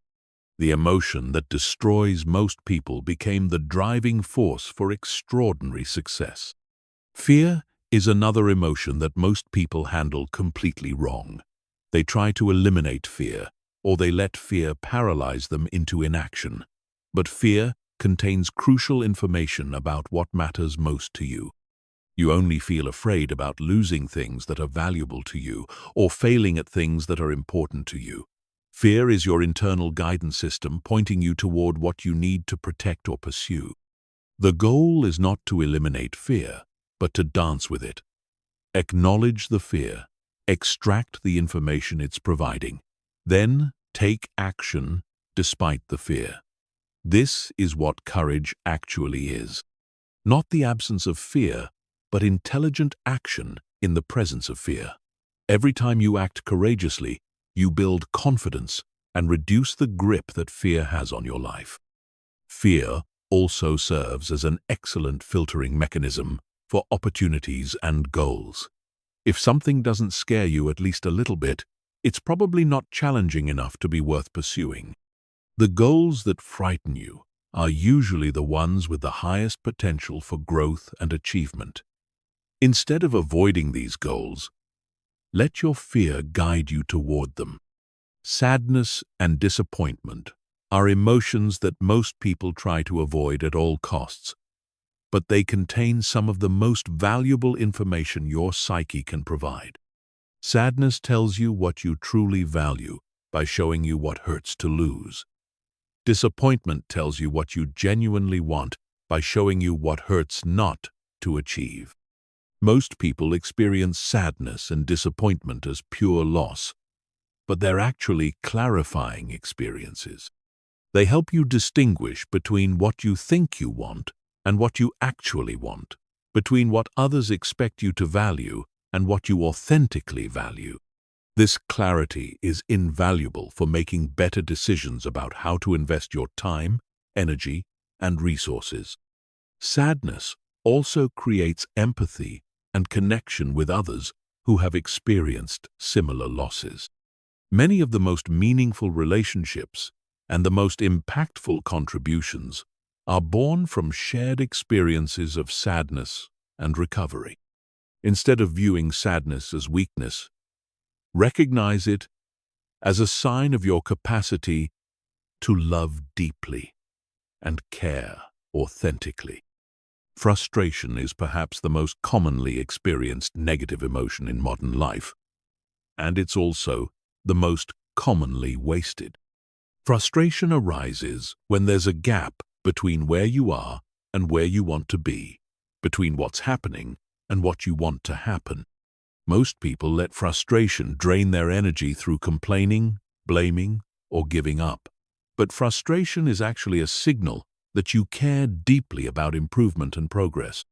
The energy of frustration can be transformed into determination and persistence. Instead of being frustrated by obstacles, become fascinated by them. Instead of being frustrated by setbacks, become more committed to finding solutions. Instead of being frustrated by other people's limitations, become more focused on developing your own capabilities. Frustration is also an excellent diagnostic tool for identifying areas where you need to develop new skills or strategies. If you keep getting frustrated by the same types of situations, it's usually because you're trying to solve new problems with old approaches. The frustration is telling you that it's time to upgrade your capabilities. Anxiety and worry are forward-looking emotions that most people experience as pure torture. But anxiety contains important planning information about potential challenges you need to prepare for. Instead of trying to eliminate anxiety, use it as a strategic planning tool. What specifically are you worried about? What would you need to do to address those concerns? How can you prepare for the challenges you're anticipating? The key is to transform vague anxiety into specific action plans. Most anxiety is caused by unclear threats and uncertain timelines. When you force yourself to get specific about what you're worried about and what you can do about it, anxiety often transforms into useful preparation. Worry becomes productive when it leads to preparation and counterproductive when it leads to rumination. The difference is action. Productive worry asks, "What can I do to prepare for this potential problem?" Counterproductive worry asks, "What if this terrible thing happens?" Over and over, without generating any useful responses. Guilt and shame are perhaps the most painful emotions to experience, but they also contain some of the most important information about your values and integrity. Guilt tells you when your actions don't align with your values. Shame tells you when your behavior doesn't align with your identity. Both emotions are painful precisely because they indicate misalignment between who you are and who you want to be. Instead of trying to escape guilt and shame, use them as course correction signals. What do these emotions tell you about what you value? What changes do you need to make to better align your actions with your values? How can you use this information to become more consistent with your highest self? The key to transforming any negative emotion is to approach it with curiosity rather than resistance. Instead of asking, "How can I make this feeling go away?" ask, "What is this feeling trying to tell me? How can I use this energy productively? What action can I take that honors the message while moving me toward my goals?" This transformation requires practice and patience. Your habitual response to negative emotions has been reinforced over many years, and it won't change overnight. But every time you choose to transform, rather than suppress or indulge a negative emotion, you build the neural pathways that make this process more automatic. The goal is not to become someone who never experiences negative emotions. The goal is to become someone who can quickly and effectively transform those emotions into fuel for positive action.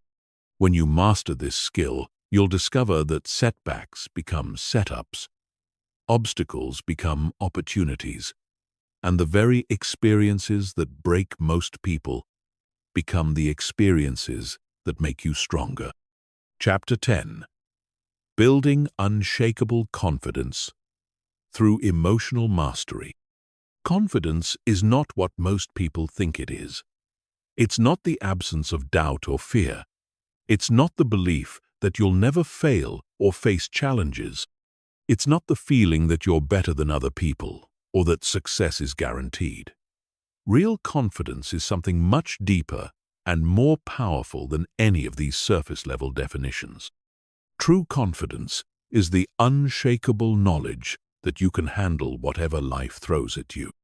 It's the quiet certainty that you have the emotional tools, mental frameworks, and inner resources to navigate any challenge, setback, or uncertainty that comes your way. It's not about never falling down. It's about knowing you can always get back up. This kind of confidence can only be built through one process: repeatedly facing difficult situations and proving to yourself that you can handle them with grace and effectiveness. You cannot think your way to confidence. You cannot affirm your way to confidence. You cannot fake your way to confidence. You can only build confidence through evidence, and evidence comes from action. But here's what most people get wrong about building confidence. They think they need to wait until they feel confident before they take action. They think confidence is a prerequisite for facing challenges rather than a result of facing challenges. This backwards thinking keeps them trapped in cycles of self-doubt and limitation because they're waiting for a feeling that can only come from doing the very things they're afraid to do. The confidence-building process works in reverse. You take action despite feeling uncertain or afraid. You handle the situation better than you expected. You extract the lessons and grow stronger. Your brain updates its assessment of your capabilities. Your confidence increases. Then you're ready to take on slightly bigger challenges, and the cycle continues. This is why emotional mastery is the foundation of unshakable confidence. When you know you can control your reactions regardless of what happens, when you know you can stay calm under pressure, when you know you can think clearly even when emotions are running high, you develop an inner certainty that makes you nearly impossible to shake. Most people's confidence is built on external factors that they can't control. They feel confident when things are going well, when other people approve of them, when they're successful by conventional standards. But this kind of confidence is fragile because it depends on circumstances that can change at any moment. Real confidence is built on internal factors that you can control. The first pillar of unshakable confidence is emotional self-reliance. This is the knowledge that your emotional state is not dependent on other people's behavior, external circumstances, or unpredictable events. You know that you can generate the emotional states you need through your own thoughts, actions, and practices. You don't need other people to make you feel good about yourself, and you don't let other people's negativity drag you down. Emotional self-reliance is built through consistent practice of the emotional regulation techniques you've learned. Every time you successfully manage your emotional state during a challenging situation, you prove to yourself that you have this capability.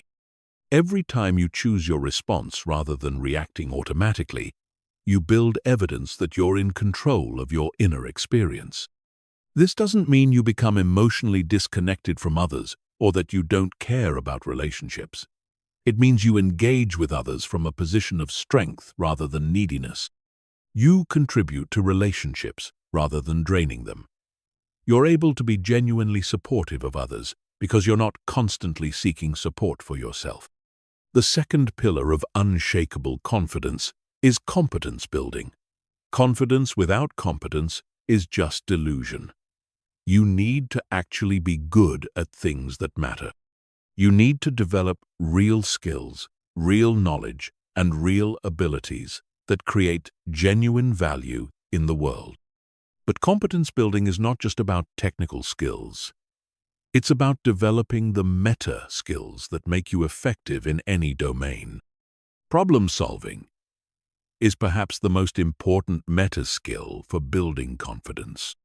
When you know you can figure things out, when you have a systematic approach to breaking down complex challenges and finding solutions, you become much more willing to take on difficult situations.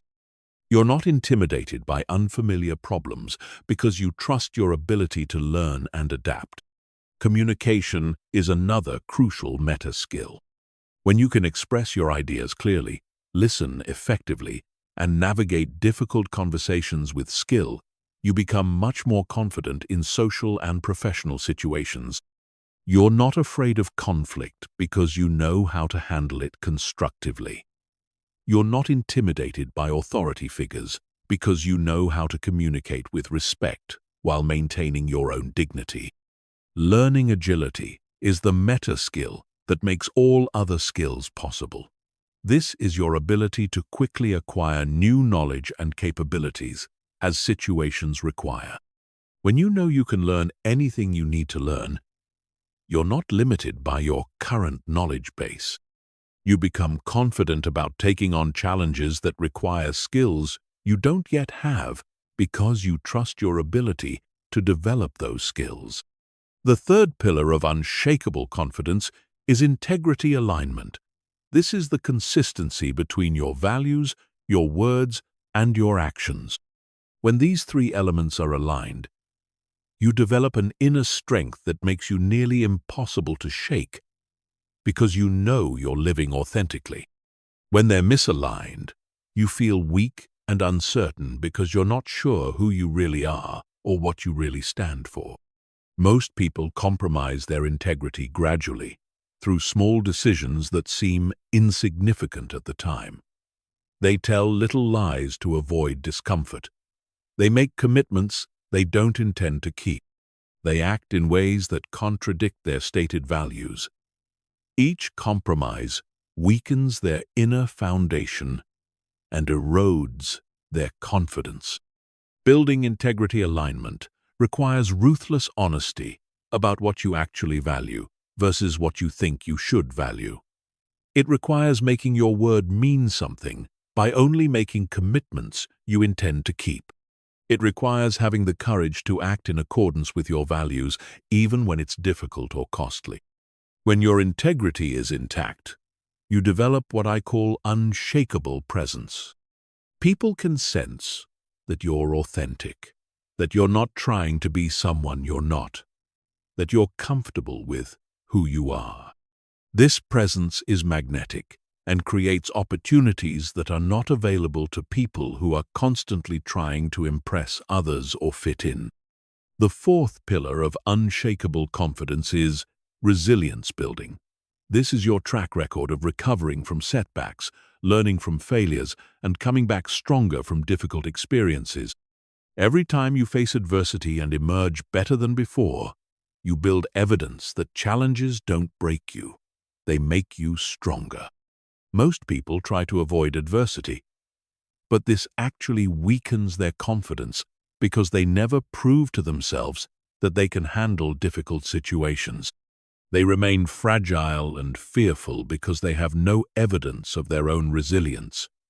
Building unshakable confidence requires deliberately seeking challenges that test your limits and force you to grow. This doesn't mean being reckless or seeking unnecessary suffering. It means choosing growth over comfort, challenge over security, and expansion over safety. It means taking on projects that scare you, having conversations you've been avoiding, and pursuing goals that require you to become more than you currently are. The key is to approach these challenges with the right mindset. You're not trying to prove that you're already perfect. You're trying to prove that you can learn and grow. You're not trying to never fail. You're trying to prove that you can recover from failure. You're not trying to avoid all mistakes. You're trying to prove that you can learn from mistakes and use them to become better. The fifth pillar of unshakable confidence is future orientation. This is your ability to make decisions based on who you're becoming rather than who you are right now.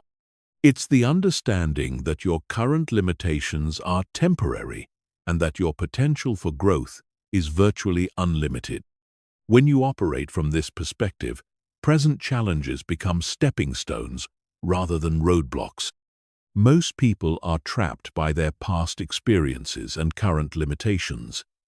They think, "I'm not good at public speaking," or "I'm not a leader," or "I'm not confident enough for that opportunity."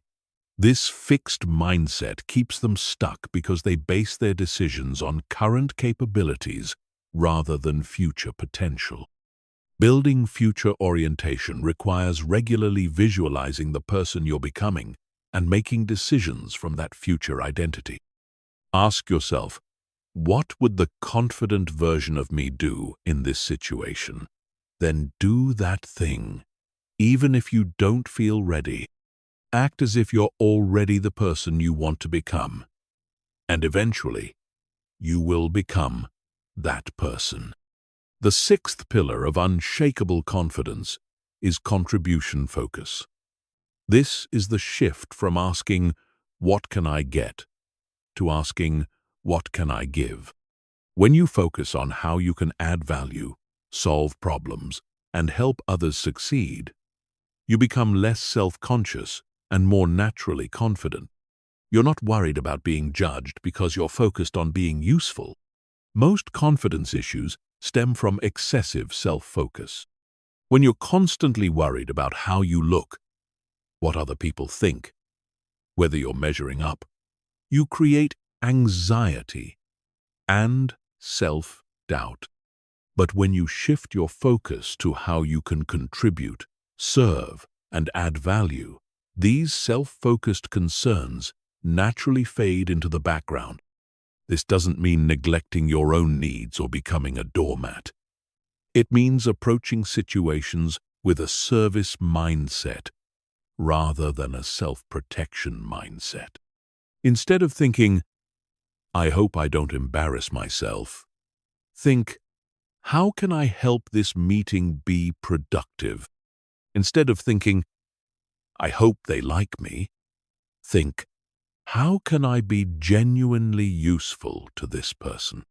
The final element of building unshakable confidence through emotional mastery is developing what I call evidence awareness.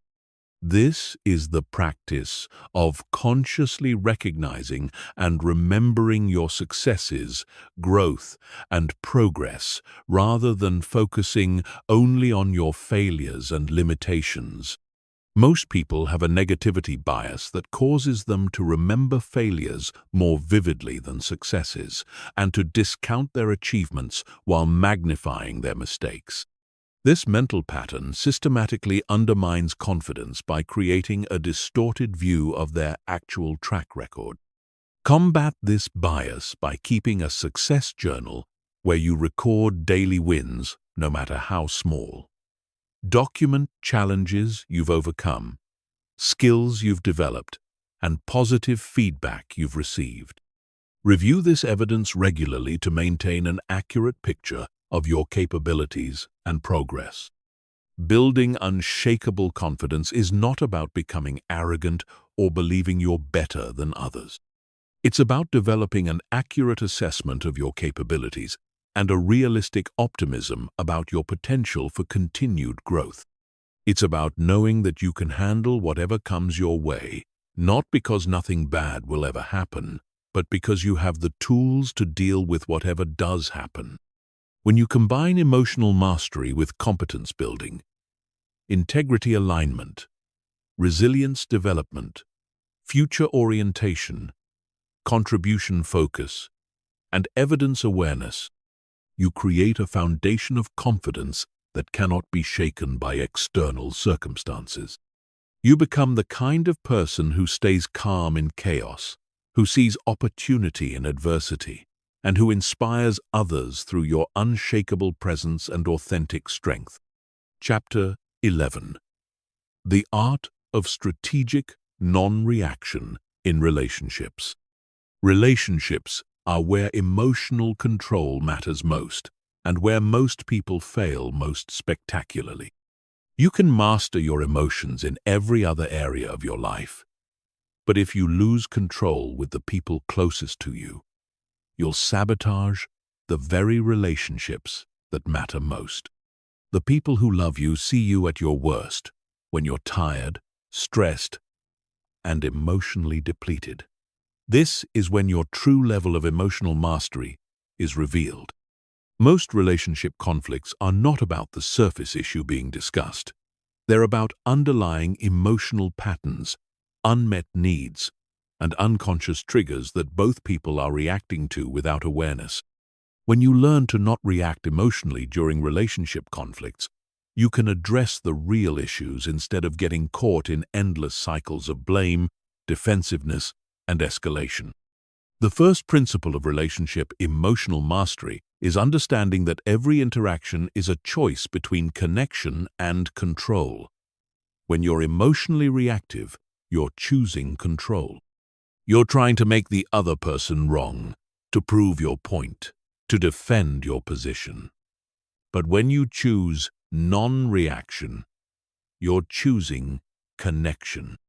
You're prioritizing the relationship over being right. This doesn't mean becoming a doormat or accepting unacceptable behavior. It means responding to problematic situations in ways that preserve dignity and create possibilities for resolution, rather than just venting your emotional reactions. It means being strong enough to stay calm when the other person is losing control. The second principle is taking responsibility for your 50% of every interaction. You cannot control the other person's words, actions, or emotional state. But you have complete control over your response to their words, actions, and emotional state. When you focus on controlling your 50%, instead of trying to control their 50%, you become incredibly powerful in relationships. Most people spend their relationship energy trying to change, fix, or control their partner, children, or friends. This is exhausting and ineffective because you're trying to control things that are outside your control. When you redirect that energy toward managing your own responses, you become a calming, stabilizing force that actually influences others to be their best selves. The third principle is learning to de-escalate rather than escalate conflicts. When someone is emotionally activated, your natural tendency might be to match their energy level. They raise their voice, so you raise yours. They become critical, so you become defensive. They withdraw, so you pursue. This unconscious mirroring amplifies the conflict instead of resolving it. Strategic non-reaction means consciously choosing to lower the emotional temperature of interactions. Speak more quietly when they speak loudly. Become more curious when they become critical. Give space when they're overwhelmed. This counterintuitive approach often breaks the negative pattern and creates space for actual communication. The fourth principle is separating the person from their behavior. When someone you care about does something hurtful or frustrating, your emotional reaction tends to globalize the behavior. Instead of thinking, they did something inconsiderate, you think they are an inconsiderate person. This generalization makes it much harder to maintain emotional equilibrium and find constructive solutions. Practice seeing difficult behavior as information about the other person's current state rather than evidence of their permanent character. Maybe they're stressed, tired, overwhelmed, or dealing with something you don't know about. This doesn't excuse poor behavior, but it helps you respond with wisdom rather than reactive emotion. The fifth principle is mastering the pause. In heated moments, there's enormous pressure to respond immediately. Silence feels uncomfortable, and you feel compelled to defend, explain, or counterattack right away. But the pause is where your power lies. It's where you can choose your response instead of being controlled by your impulses.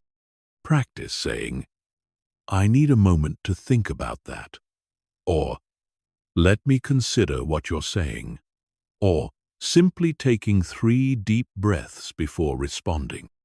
These small pauses can completely change the trajectory of a conversation and often prevent conflicts that would have taken days or weeks to repair. The most advanced relationship skill is emotional Aikido. This is the ability to redirect someone else's emotional energy rather than absorbing it or fighting against it. When someone is angry at you, instead of getting defensive or angry back, you acknowledge their feelings and redirect the conversation toward solutions. When someone is criticizing you, instead of justifying your actions, you thank them for their perspective and ask for their suggestions. This approach requires tremendous emotional strength because it goes against every instinct to defend yourself when you feel attacked. But it's incredibly effective because it de-energizes conflict and redirects the interaction toward cooperation instead of competition. Remember, you cannot control whether other people choose to be emotionally reactive, but you can control whether you join them in that reactivity. When you consistently choose non-reaction in relationships, you become a source of stability and peace that others gravitate toward.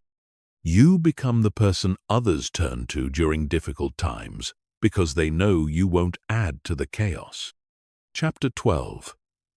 Emotional Leadership and Influence.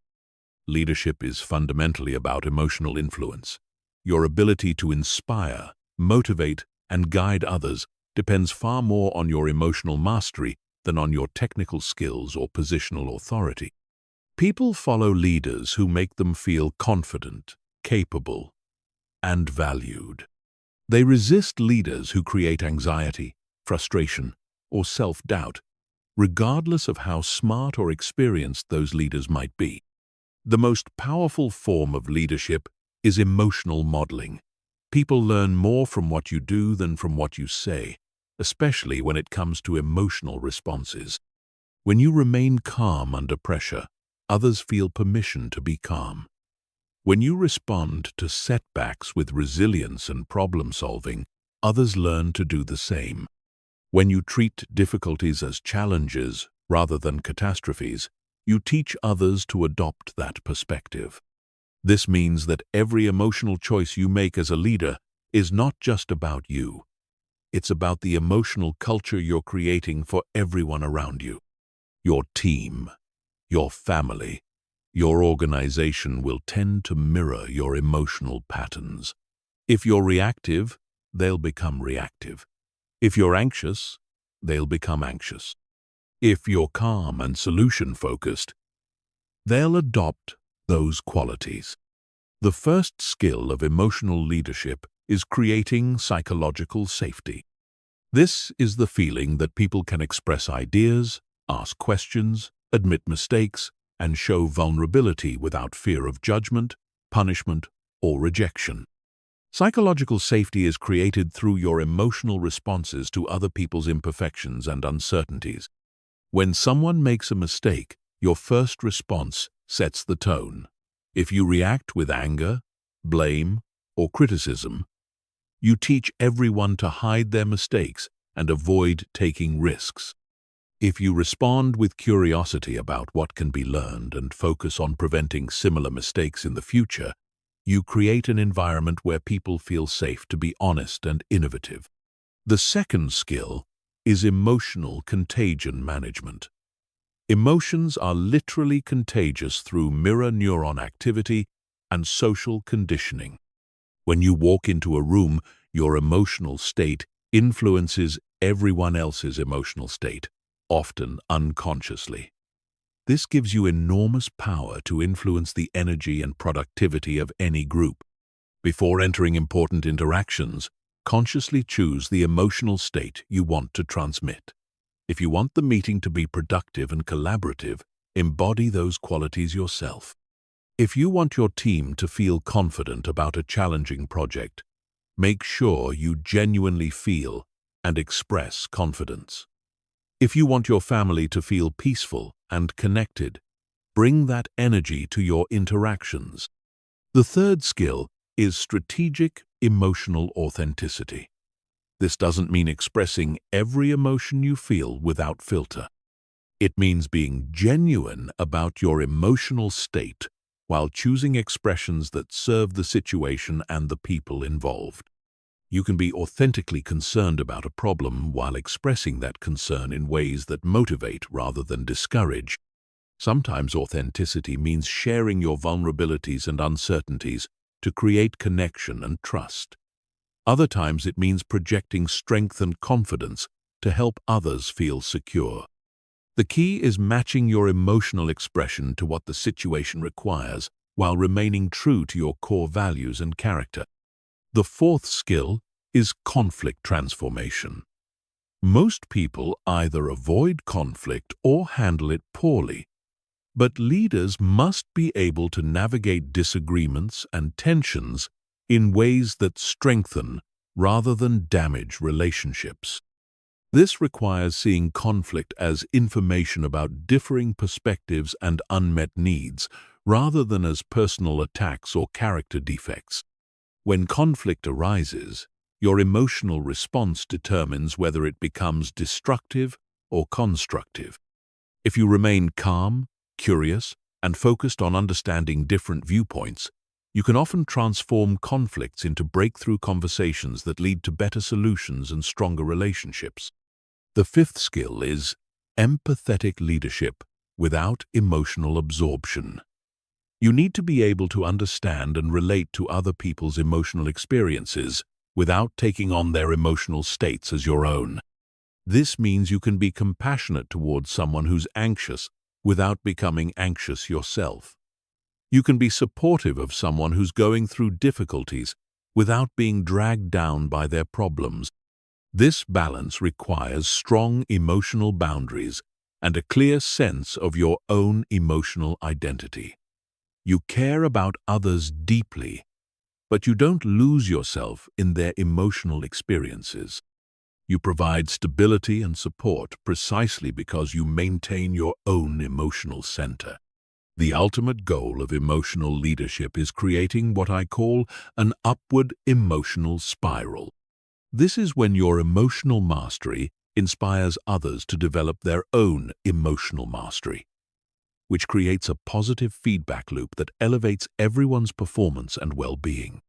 Instead of managing other people's emotions, you're developing their capacity to manage their own emotions.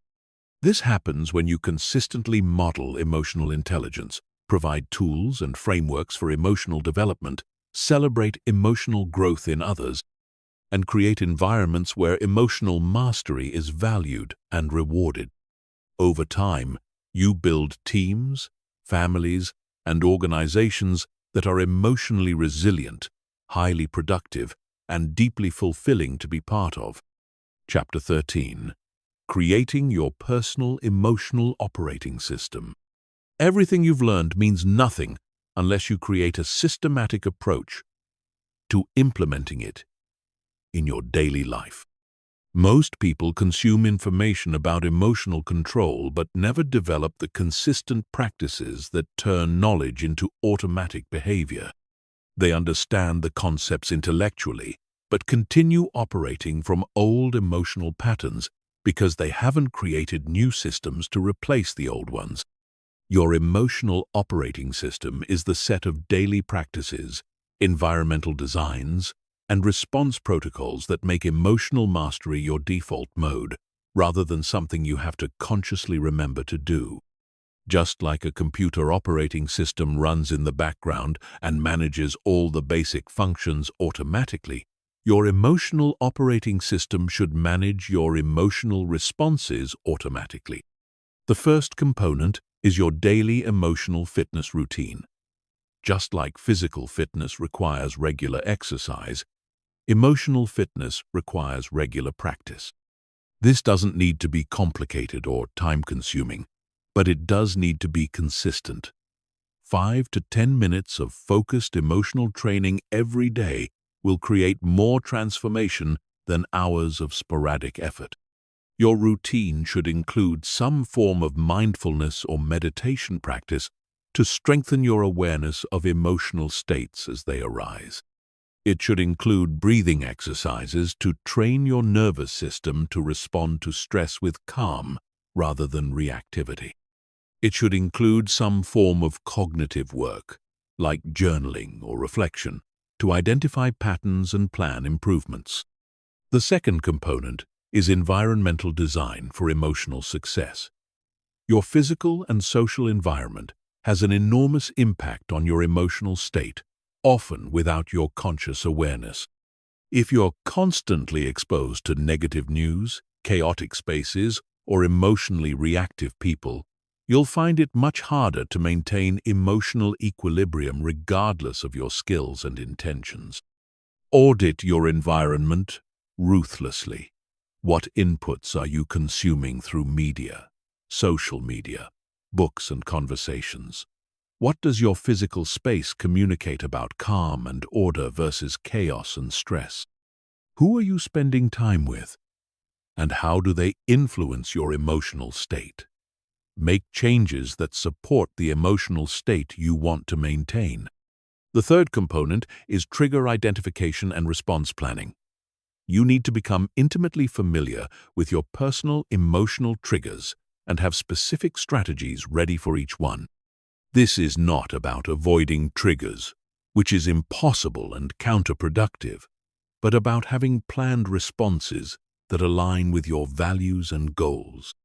Keep a trigger journal for 2 weeks. Every time you have an emotional reaction, write down what triggered it, what you felt, how you responded, and what you wish you had done differently. Look for patterns in the types of situations, people, and circumstances that tend to activate you. Then develop specific response strategies for each category of trigger. The fourth component is recovery protocols. You need systematic ways to restore your emotional equilibrium after challenging situations or periods of high stress. Without effective recovery protocols, emotional challenges accumulate and eventually overwhelm your capacity to maintain control. Your recovery toolkit should include immediate techniques you can use in the moment, short-term practices you can implement within hours of a stressful event, and longer-term restoration practices for recovering from extended periods of high stress or emotional challenge. Have these ready before you need them, not after. The fifth component is accountability and measurement systems. You need ways to track your progress, identify areas for improvement, and maintain motivation during difficult periods. This could be as simple as a daily rating of your emotional control on a scale of 1 to 10, or as sophisticated as keeping detailed logs of specific situations and responses. The key is having objective measures of progress rather than relying on feelings, which can be unreliable indicators of actual improvement. You might feel like you're not making progress even when you're actually improving significantly, or you might feel like you're doing well when you're actually sliding backwards. The sixth component is continuous learning and adaptation. Your emotional operating system should evolve as you grow and as your life circumstances change. What works in your 20s might not work in your 40s.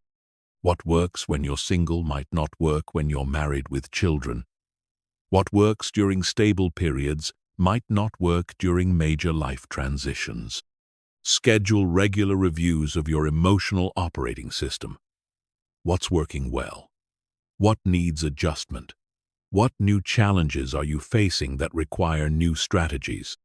What feedback are you getting from others about your emotional patterns? Use this information to continuously refine and improve your approach.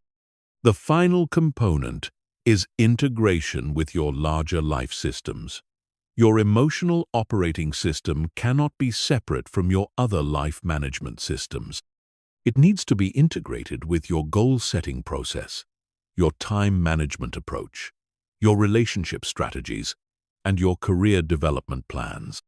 This means making emotional considerations part of every major decision you make. Before taking on new responsibilities, consider the emotional demands they'll create. Before entering new relationships, consider how they'll impact your emotional well-being. Before pursuing new goals, consider what emotional skills you'll need to develop to achieve them successfully. Remember, the goal is not to create a perfect system that never needs adjustment. The goal is to create a robust system that makes emotional mastery easier and more automatic, while remaining flexible enough to adapt to changing circumstances. Your emotional operating system should serve you, not constrain you. Chapter 14. Advanced Applications in High-Stakes Environments.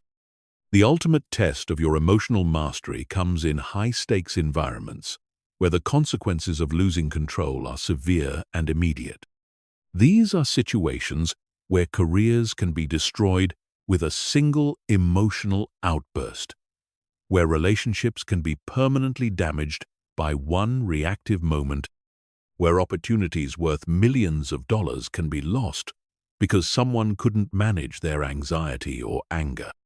High-stakes environments reveal the difference between intellectual understanding of emotional control and true embodied mastery. When everything is on the line, when you're being tested beyond your comfort zone, when the pressure is intense and the stakes are real, your true level of emotional development becomes clear. The first category of high-stakes environments is crisis management. When something goes seriously wrong, when there's immediate danger or significant loss, when people are looking to you for leadership and stability, your emotional response sets the tone for everyone else's response. Panic is contagious, but so is calm competence. In crisis situations, the ability to think clearly while others are losing their minds becomes a superpower. While everyone else is being hijacked by their amygdala, you remain connected to your prefrontal cortex. While others are reacting to the emotional intensity of the situation, you're focusing on the practical steps needed to address the actual problems. This requires advanced preparation. You cannot develop crisis emotional management skills during the crisis. You develop them during calm periods through visualization, stress inoculation training, and practice with smaller challenges. By the time the real crisis hits, your emotional control responses need to be automatic. The second category is high-pressure negotiations and confrontations. Whether you're negotiating a business deal, handling a workplace conflict, or dealing with aggressive behavior from others, your ability to remain emotionally centered gives you enormous strategic advantages. People reveal their true intentions and limitations when they're emotionally activated, but they can only take advantage of your emotional reactions if you have them. The key to negotiation emotional mastery is separating your ego from the outcome. When you're emotionally invested in being right, in getting your way, or in proving your point, you become predictable and manipulable. When you can remain detached from any specific outcome while staying committed to your core interests, you become incredibly difficult to manipulate or intimidate. This doesn't mean not caring about the outcome. It means caring more about the process than the result. More about maintaining your integrity than winning the negotiation. More about finding solutions that work for everyone than getting everything you want. The third category is performance under scrutiny. When you're presenting to important audiences, being evaluated for promotions, competing at high levels, or otherwise performing while being watched and judged, emotional control becomes crucial for accessing your full capabilities. Performance anxiety, imposter syndrome, and fear of judgment can completely undermine your actual skills and preparation. The solution is shifting focus from how you're being perceived to how you're serving others. Instead of thinking about whether you look confident, think about how you can provide value to your audience. Instead of worrying about making mistakes, focus on executing the process you've prepared. Instead of trying to impress others, concentrate on being genuinely helpful. The fourth category is dealing with extremely difficult people. Every field has people who are manipulative, aggressive, unreasonable, or emotionally volatile. Your ability to maintain your center while interacting with these individuals determines whether they drain your energy and compromise your effectiveness, or whether you can work with them productively despite their limitations. The key is not taking their behavior personally. Difficult people are usually difficult with everyone, not just you.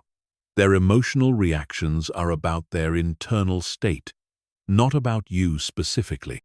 When you can see their behavior as information about their stress level, insecurity, or coping skills rather than as personal attacks, you can respond strategically rather than reactively.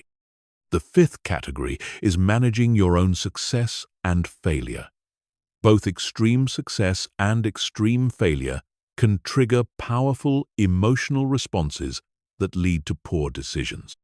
Success can trigger arrogance, complacency, or reckless risk-taking.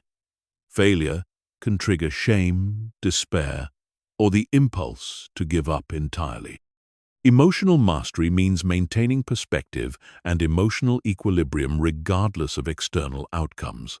Success is information about what worked, not evidence that you're permanently superior. Failure is information about what didn't work, not evidence that you're permanently inadequate. Both are temporary conditions that require appropriate responses rather than emotional reactions. The ultimate high-stakes environment is your own mind during moments of extreme challenge, uncertainty, or change. When everything you've counted on seems to be falling apart. When the future feels completely uncertain. When you're facing losses or changes that challenge your identity and assumptions about how life works. Your relationship with your own thoughts and emotions becomes the most important factor in your ability to navigate the situation successfully. This is where all your emotional mastery training pays off. When external circumstances are chaotic, you become your own source of stability. When others are panicking about the uncertainty, you become comfortable with not knowing. When everyone else is being overwhelmed by the magnitude of the challenge, you break it down into manageable steps and take them one at a time. The goal is not to become someone who never feels the emotional impact of high-stakes situations. The goal is to become someone who can feel that impact fully while choosing responses that serve your long-term interests and values rather than just relieving the immediate emotional pressure. Chapter 15. The compound effect of emotional mastery. Most people dramatically underestimate the long-term impact of emotional control because they only see the immediate effects of individual emotional choices. They see that staying calm during one argument prevented a fight, or that managing anxiety during one presentation led to better performance, or that not reacting to one criticism preserved a relationship. These immediate benefits are significant, but they're nothing compared to the compound effects that build over months, years, and decades. Emotional mastery works like compound interest. Each individual choice to respond, rather than react, seems small in the moment, but these choices accumulate exponentially over time. Every time you choose emotional control, you're not just improving that one situation. You're strengthening neural pathways that make emotional control easier in all future situations. You're building a reputation for reliability and wisdom that creates opportunities. You're developing inner resources that compound and multiply. The first compound effect is relational trust. Every time you remain calm when others expect you to lose control, every time you respond with wisdom when others are being reactive, every time you choose connection over being right, you make deposits in the trust accounts of your relationships. Over time, these deposits create deep reservoirs of trust that become incredibly valuable during difficult periods. People know they can count on you when things get tough. They seek your perspective during challenging decisions. They want you on their team during high-pressure projects. They trust you with their vulnerabilities and their most important concerns. This level of trust opens doors that remain closed to people who are emotionally unpredictable. The second compound effect is reputation and influence. Your emotional patterns become part of your personal brand, often more important than your technical skills or achievements. People remember how you made them feel much more than what you accomplished. When you consistently demonstrate emotional mastery, you develop a reputation as someone who can be trusted with important responsibilities and challenging situations. This reputation creates a positive feedback loop. You get opportunities that require emotional maturity. Successfully handling these opportunities builds your skills and confidence. Your enhanced capabilities lead to even greater opportunities. Over time, you become known as someone who performs well under pressure, who can be counted on during crises, who brings stability to chaotic situations.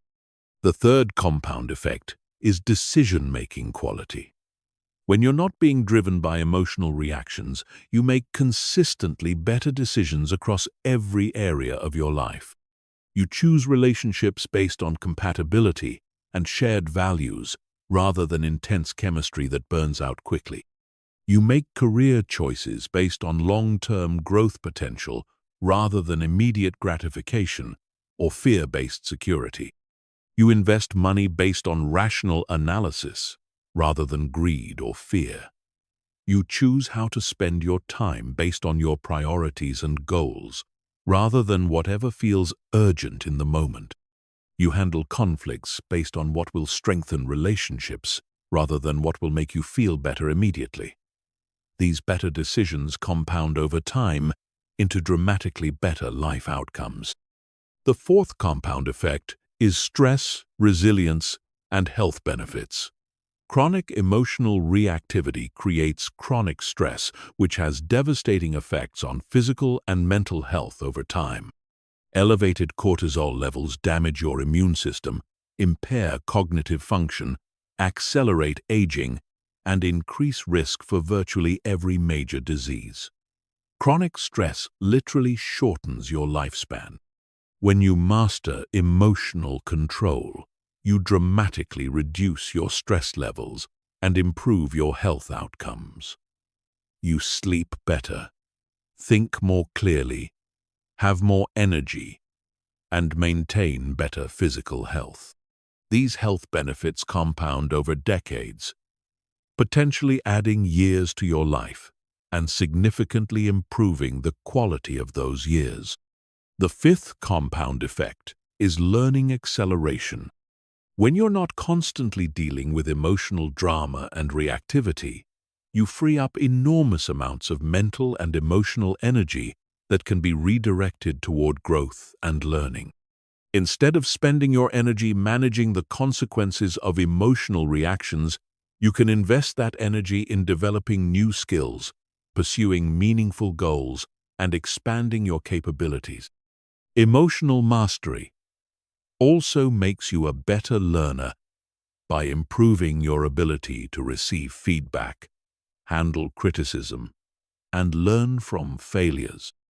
When you're not defensive or reactive, you can extract lessons from challenging experiences instead of just being traumatized by them. This accelerated learning creates competitive advantages that compound over time. The sixth compound effect is opportunity creation. When you have emotional mastery, you become the kind of person that other high performers want to work with. You get invited to join important projects, teams, and organizations. You become trusted with sensitive information and critical responsibilities.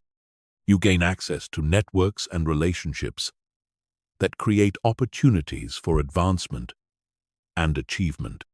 These opportunities often lead to more opportunities in an upward spiral of growth and success. Each success builds your confidence and capabilities, making you ready for even greater challenges and opportunities. Over time, you gain access to levels of achievement and influence that seemed impossible when you were still trapped in emotional reactivity. The seventh compound effect is inner peace and life satisfaction. Perhaps most importantly, emotional mastery creates a deep sense of inner peace and life satisfaction that comes from knowing you're living according to your values and responding to life from wisdom rather than fear. You develop an inner stability that's not dependent on external circumstances. This inner peace is not the absence of challenge or difficulty. It's the presence of confidence that you can handle whatever life presents. You know that external circumstances are temporary, but your ability to respond with wisdom and grace is permanent. This creates a quality of life that's available regardless of your circumstances. The ultimate compound effect of emotional mastery is becoming anti-fragile. This means you don't just survive challenges and setbacks. You become stronger because of them. Every difficult situation becomes an opportunity to practice and strengthen your emotional skills. Every person who tries to manipulate or upset you becomes unwitting training for greater mastery. When you reach this level of emotional development, you become virtually unshakable. Not because nothing difficult ever happens to you, but because you have unshakable confidence in your ability to handle whatever does happen. You become a source of strength and stability for others, a person who makes every situation better simply by being present and emotionally centered. This is not just about personal success or achievement, though those will certainly follow. This is about becoming the kind of person who contributes to raising the emotional intelligence and maturity of everyone around you. You become part of the solution to the emotional reactivity and dysfunction that plagues so much of human interaction. The choice is yours. You can continue living at the mercy of your emotional reactions, letting temporary feelings drive permanent decisions, remaining trapped in cycles of regret and limitation. Or you can commit to the patient, consistent practice of emotional mastery and unlock the compound benefits that will transform every aspect of your life. The time to start is now. Not tomorrow when you feel more motivated. Not next week when your schedule is clearer. Not next year when your life is less stressful. Now. Because every day you delay is another day of lost compound interest on the most important investment you can make, the investment in your own emotional development and inner mastery.